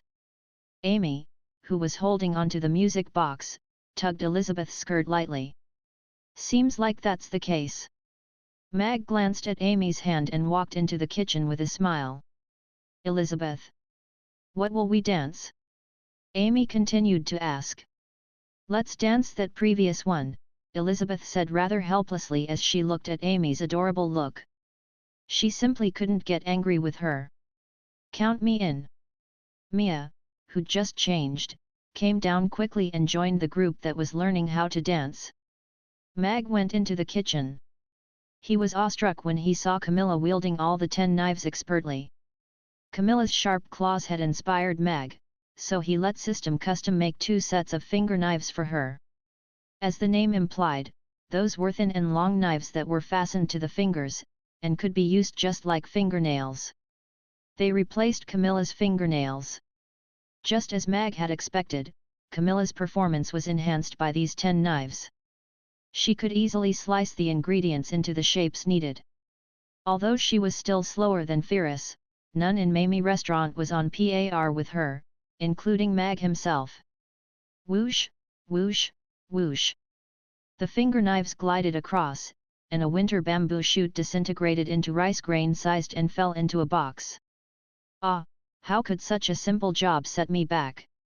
Camilla smirked as she used her mental power to make a bunch of peas fly up, and then sliced them into rice grain size. She liked this feeling of cutting and slicing and the whooshing sounds. They gave her a sense of thrill. This may be the reality version of slicing the fruits? Mag raised his eyebrows. Chapter 1124 Little Amy wants to go on a holiday. Yes, this is one of the staff's benefits. Mag nodded.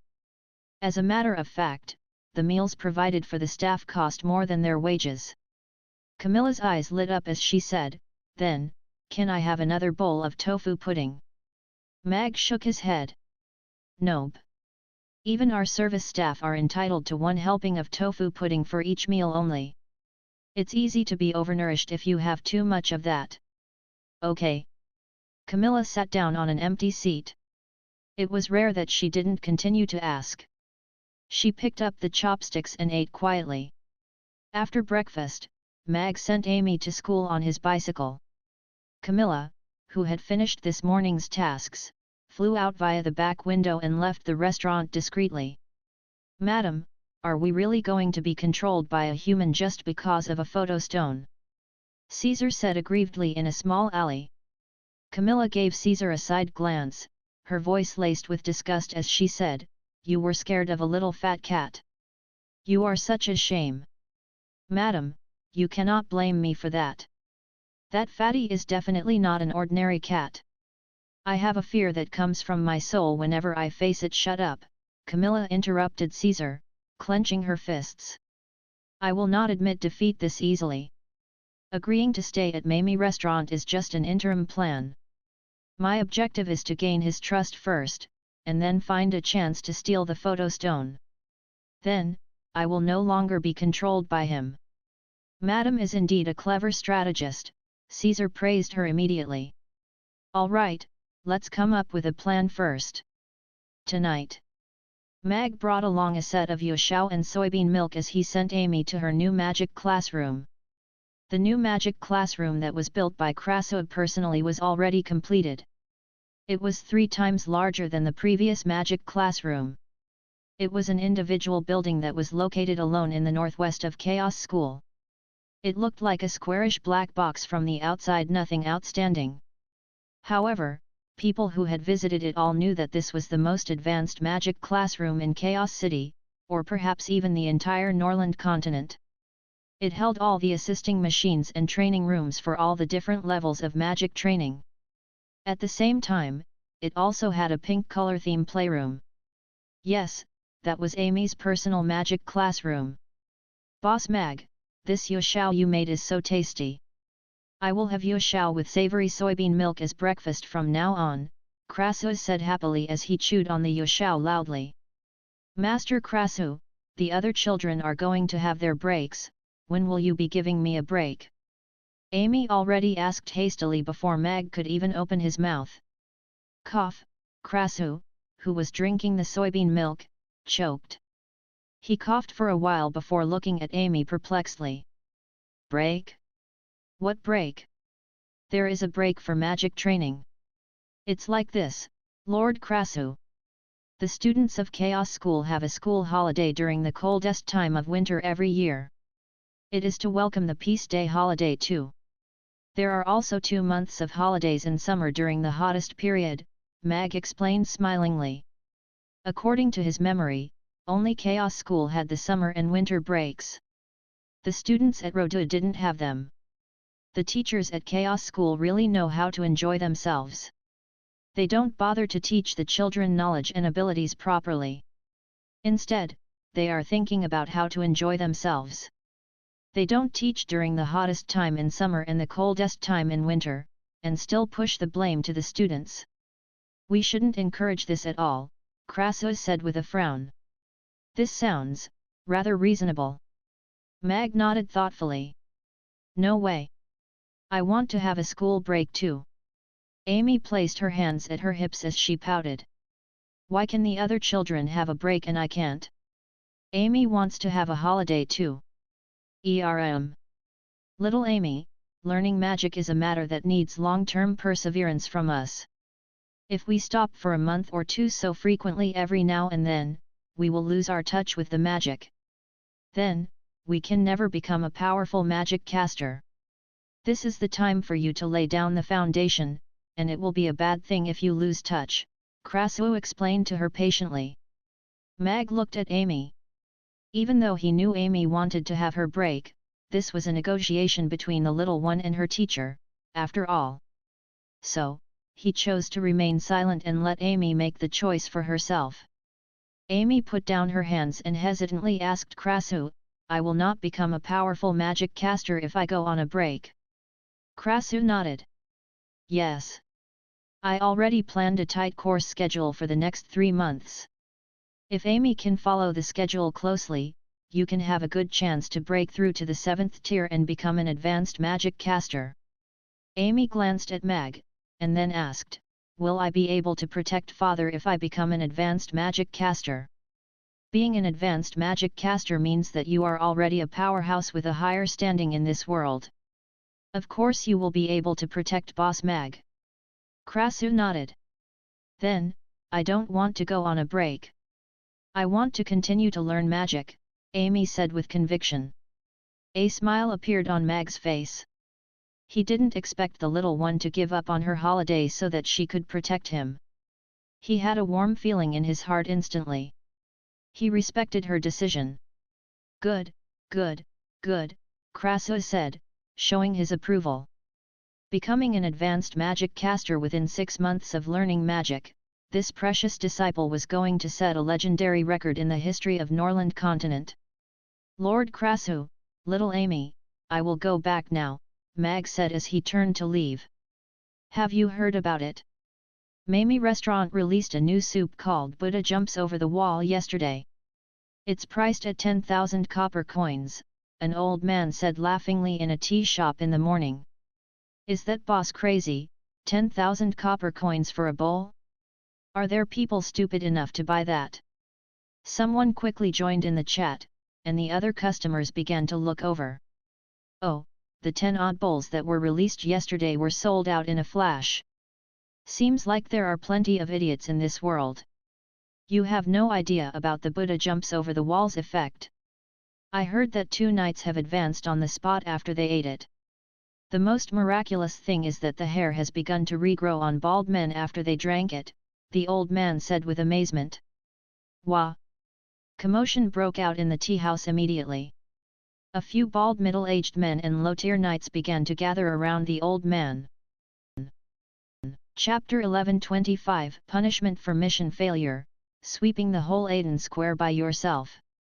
Mag was riding his bicycle slowly on the square's path that wasn't crowded with pedestrians.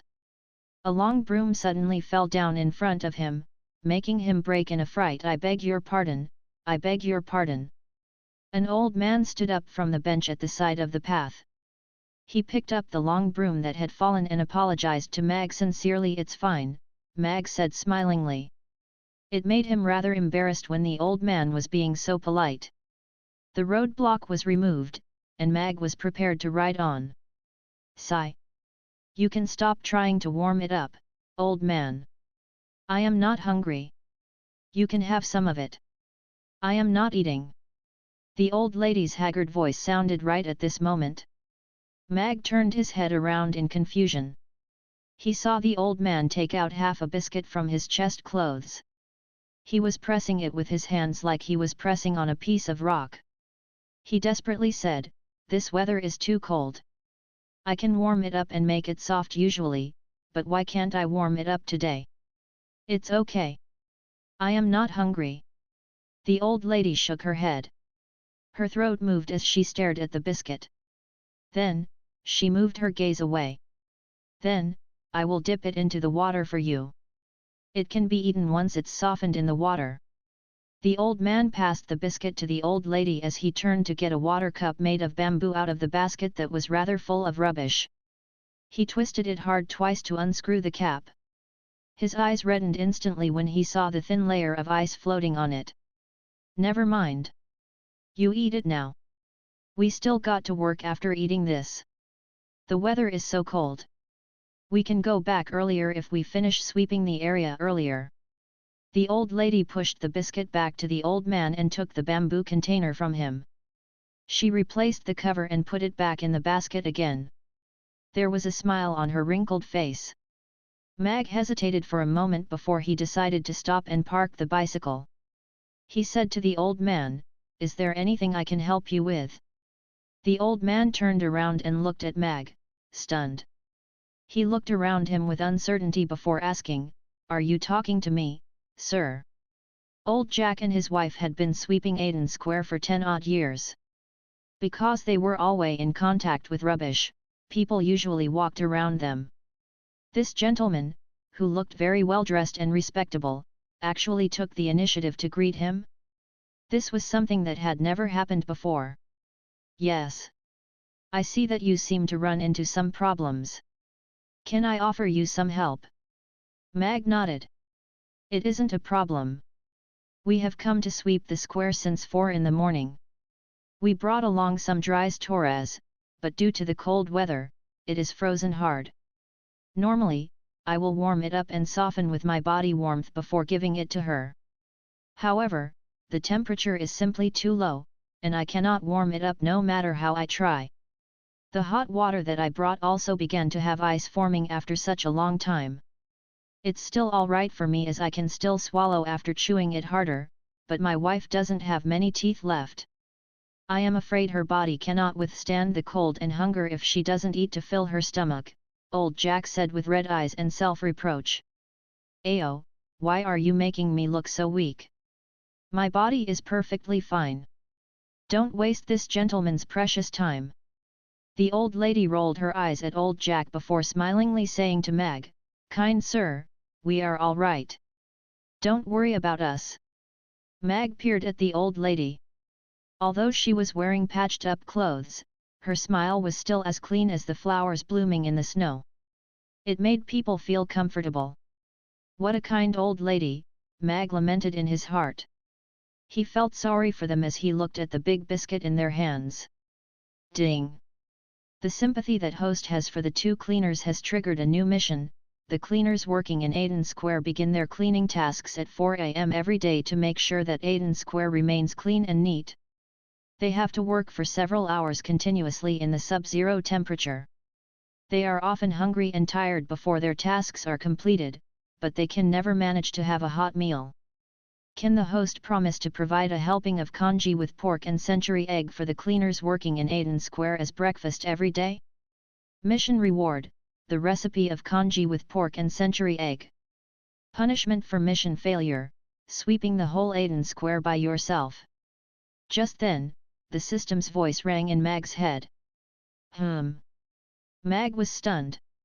He indeed felt sympathy for them, but he only intended to buy a set of breakfast for this couple and get them a cup of hot water. He didn't expect system to make him provide breakfast for all the cleaners in Aiden Square. This, actually wasn't a big problem. However, he simply wasn't happy that he was forced to do it. System, are you forcing me to do good deeds? As a cuisine system, aren't your actions a little overboard? Mag said in his heart unhappily. Host, if you want to become a real god of cookery, you have to have the heart of a powerhouse. Kindness and sympathy are the most basic character traits. This is a mission to build up your character, so I have not gone overboard, the system answered calmly. Since this is the case, I will make myself accept this mission, Mag said thoughtfully. He had provided food for the children once before, and sharing food was indeed something that made one feel happy. Providing a simple hot breakfast, congee with pork and century egg, for the hungry cleaners shouldn't be a burden for him. It's all right. I have nothing at hand anyway, Mag said to the old lady with a smile. Give me the bamboo container and I will fetch you some hot water. This, the old lady looked at Mag's friendly smile with some hesitation. It is only a simple act. My restaurant is just over there, Mag said, pointing toward Mamie restaurant. Then, we will bother you, sir. The old man took out the bamboo container and poured away the water in it before giving it to Mag. There was still crushed ice in the icy cold bamboo container. The hot water would turn cold within 10 minutes when it was held in such a non-insulated container. Mag took the container and walked straight toward a breakfast shop nearby. How could we trouble people? The old lady looked at old Jack grudgingly. Old Jack laughed and gazed at the old lady indulgently. I have to ensure you have something to eat. I will thank that kind gentleman properly later.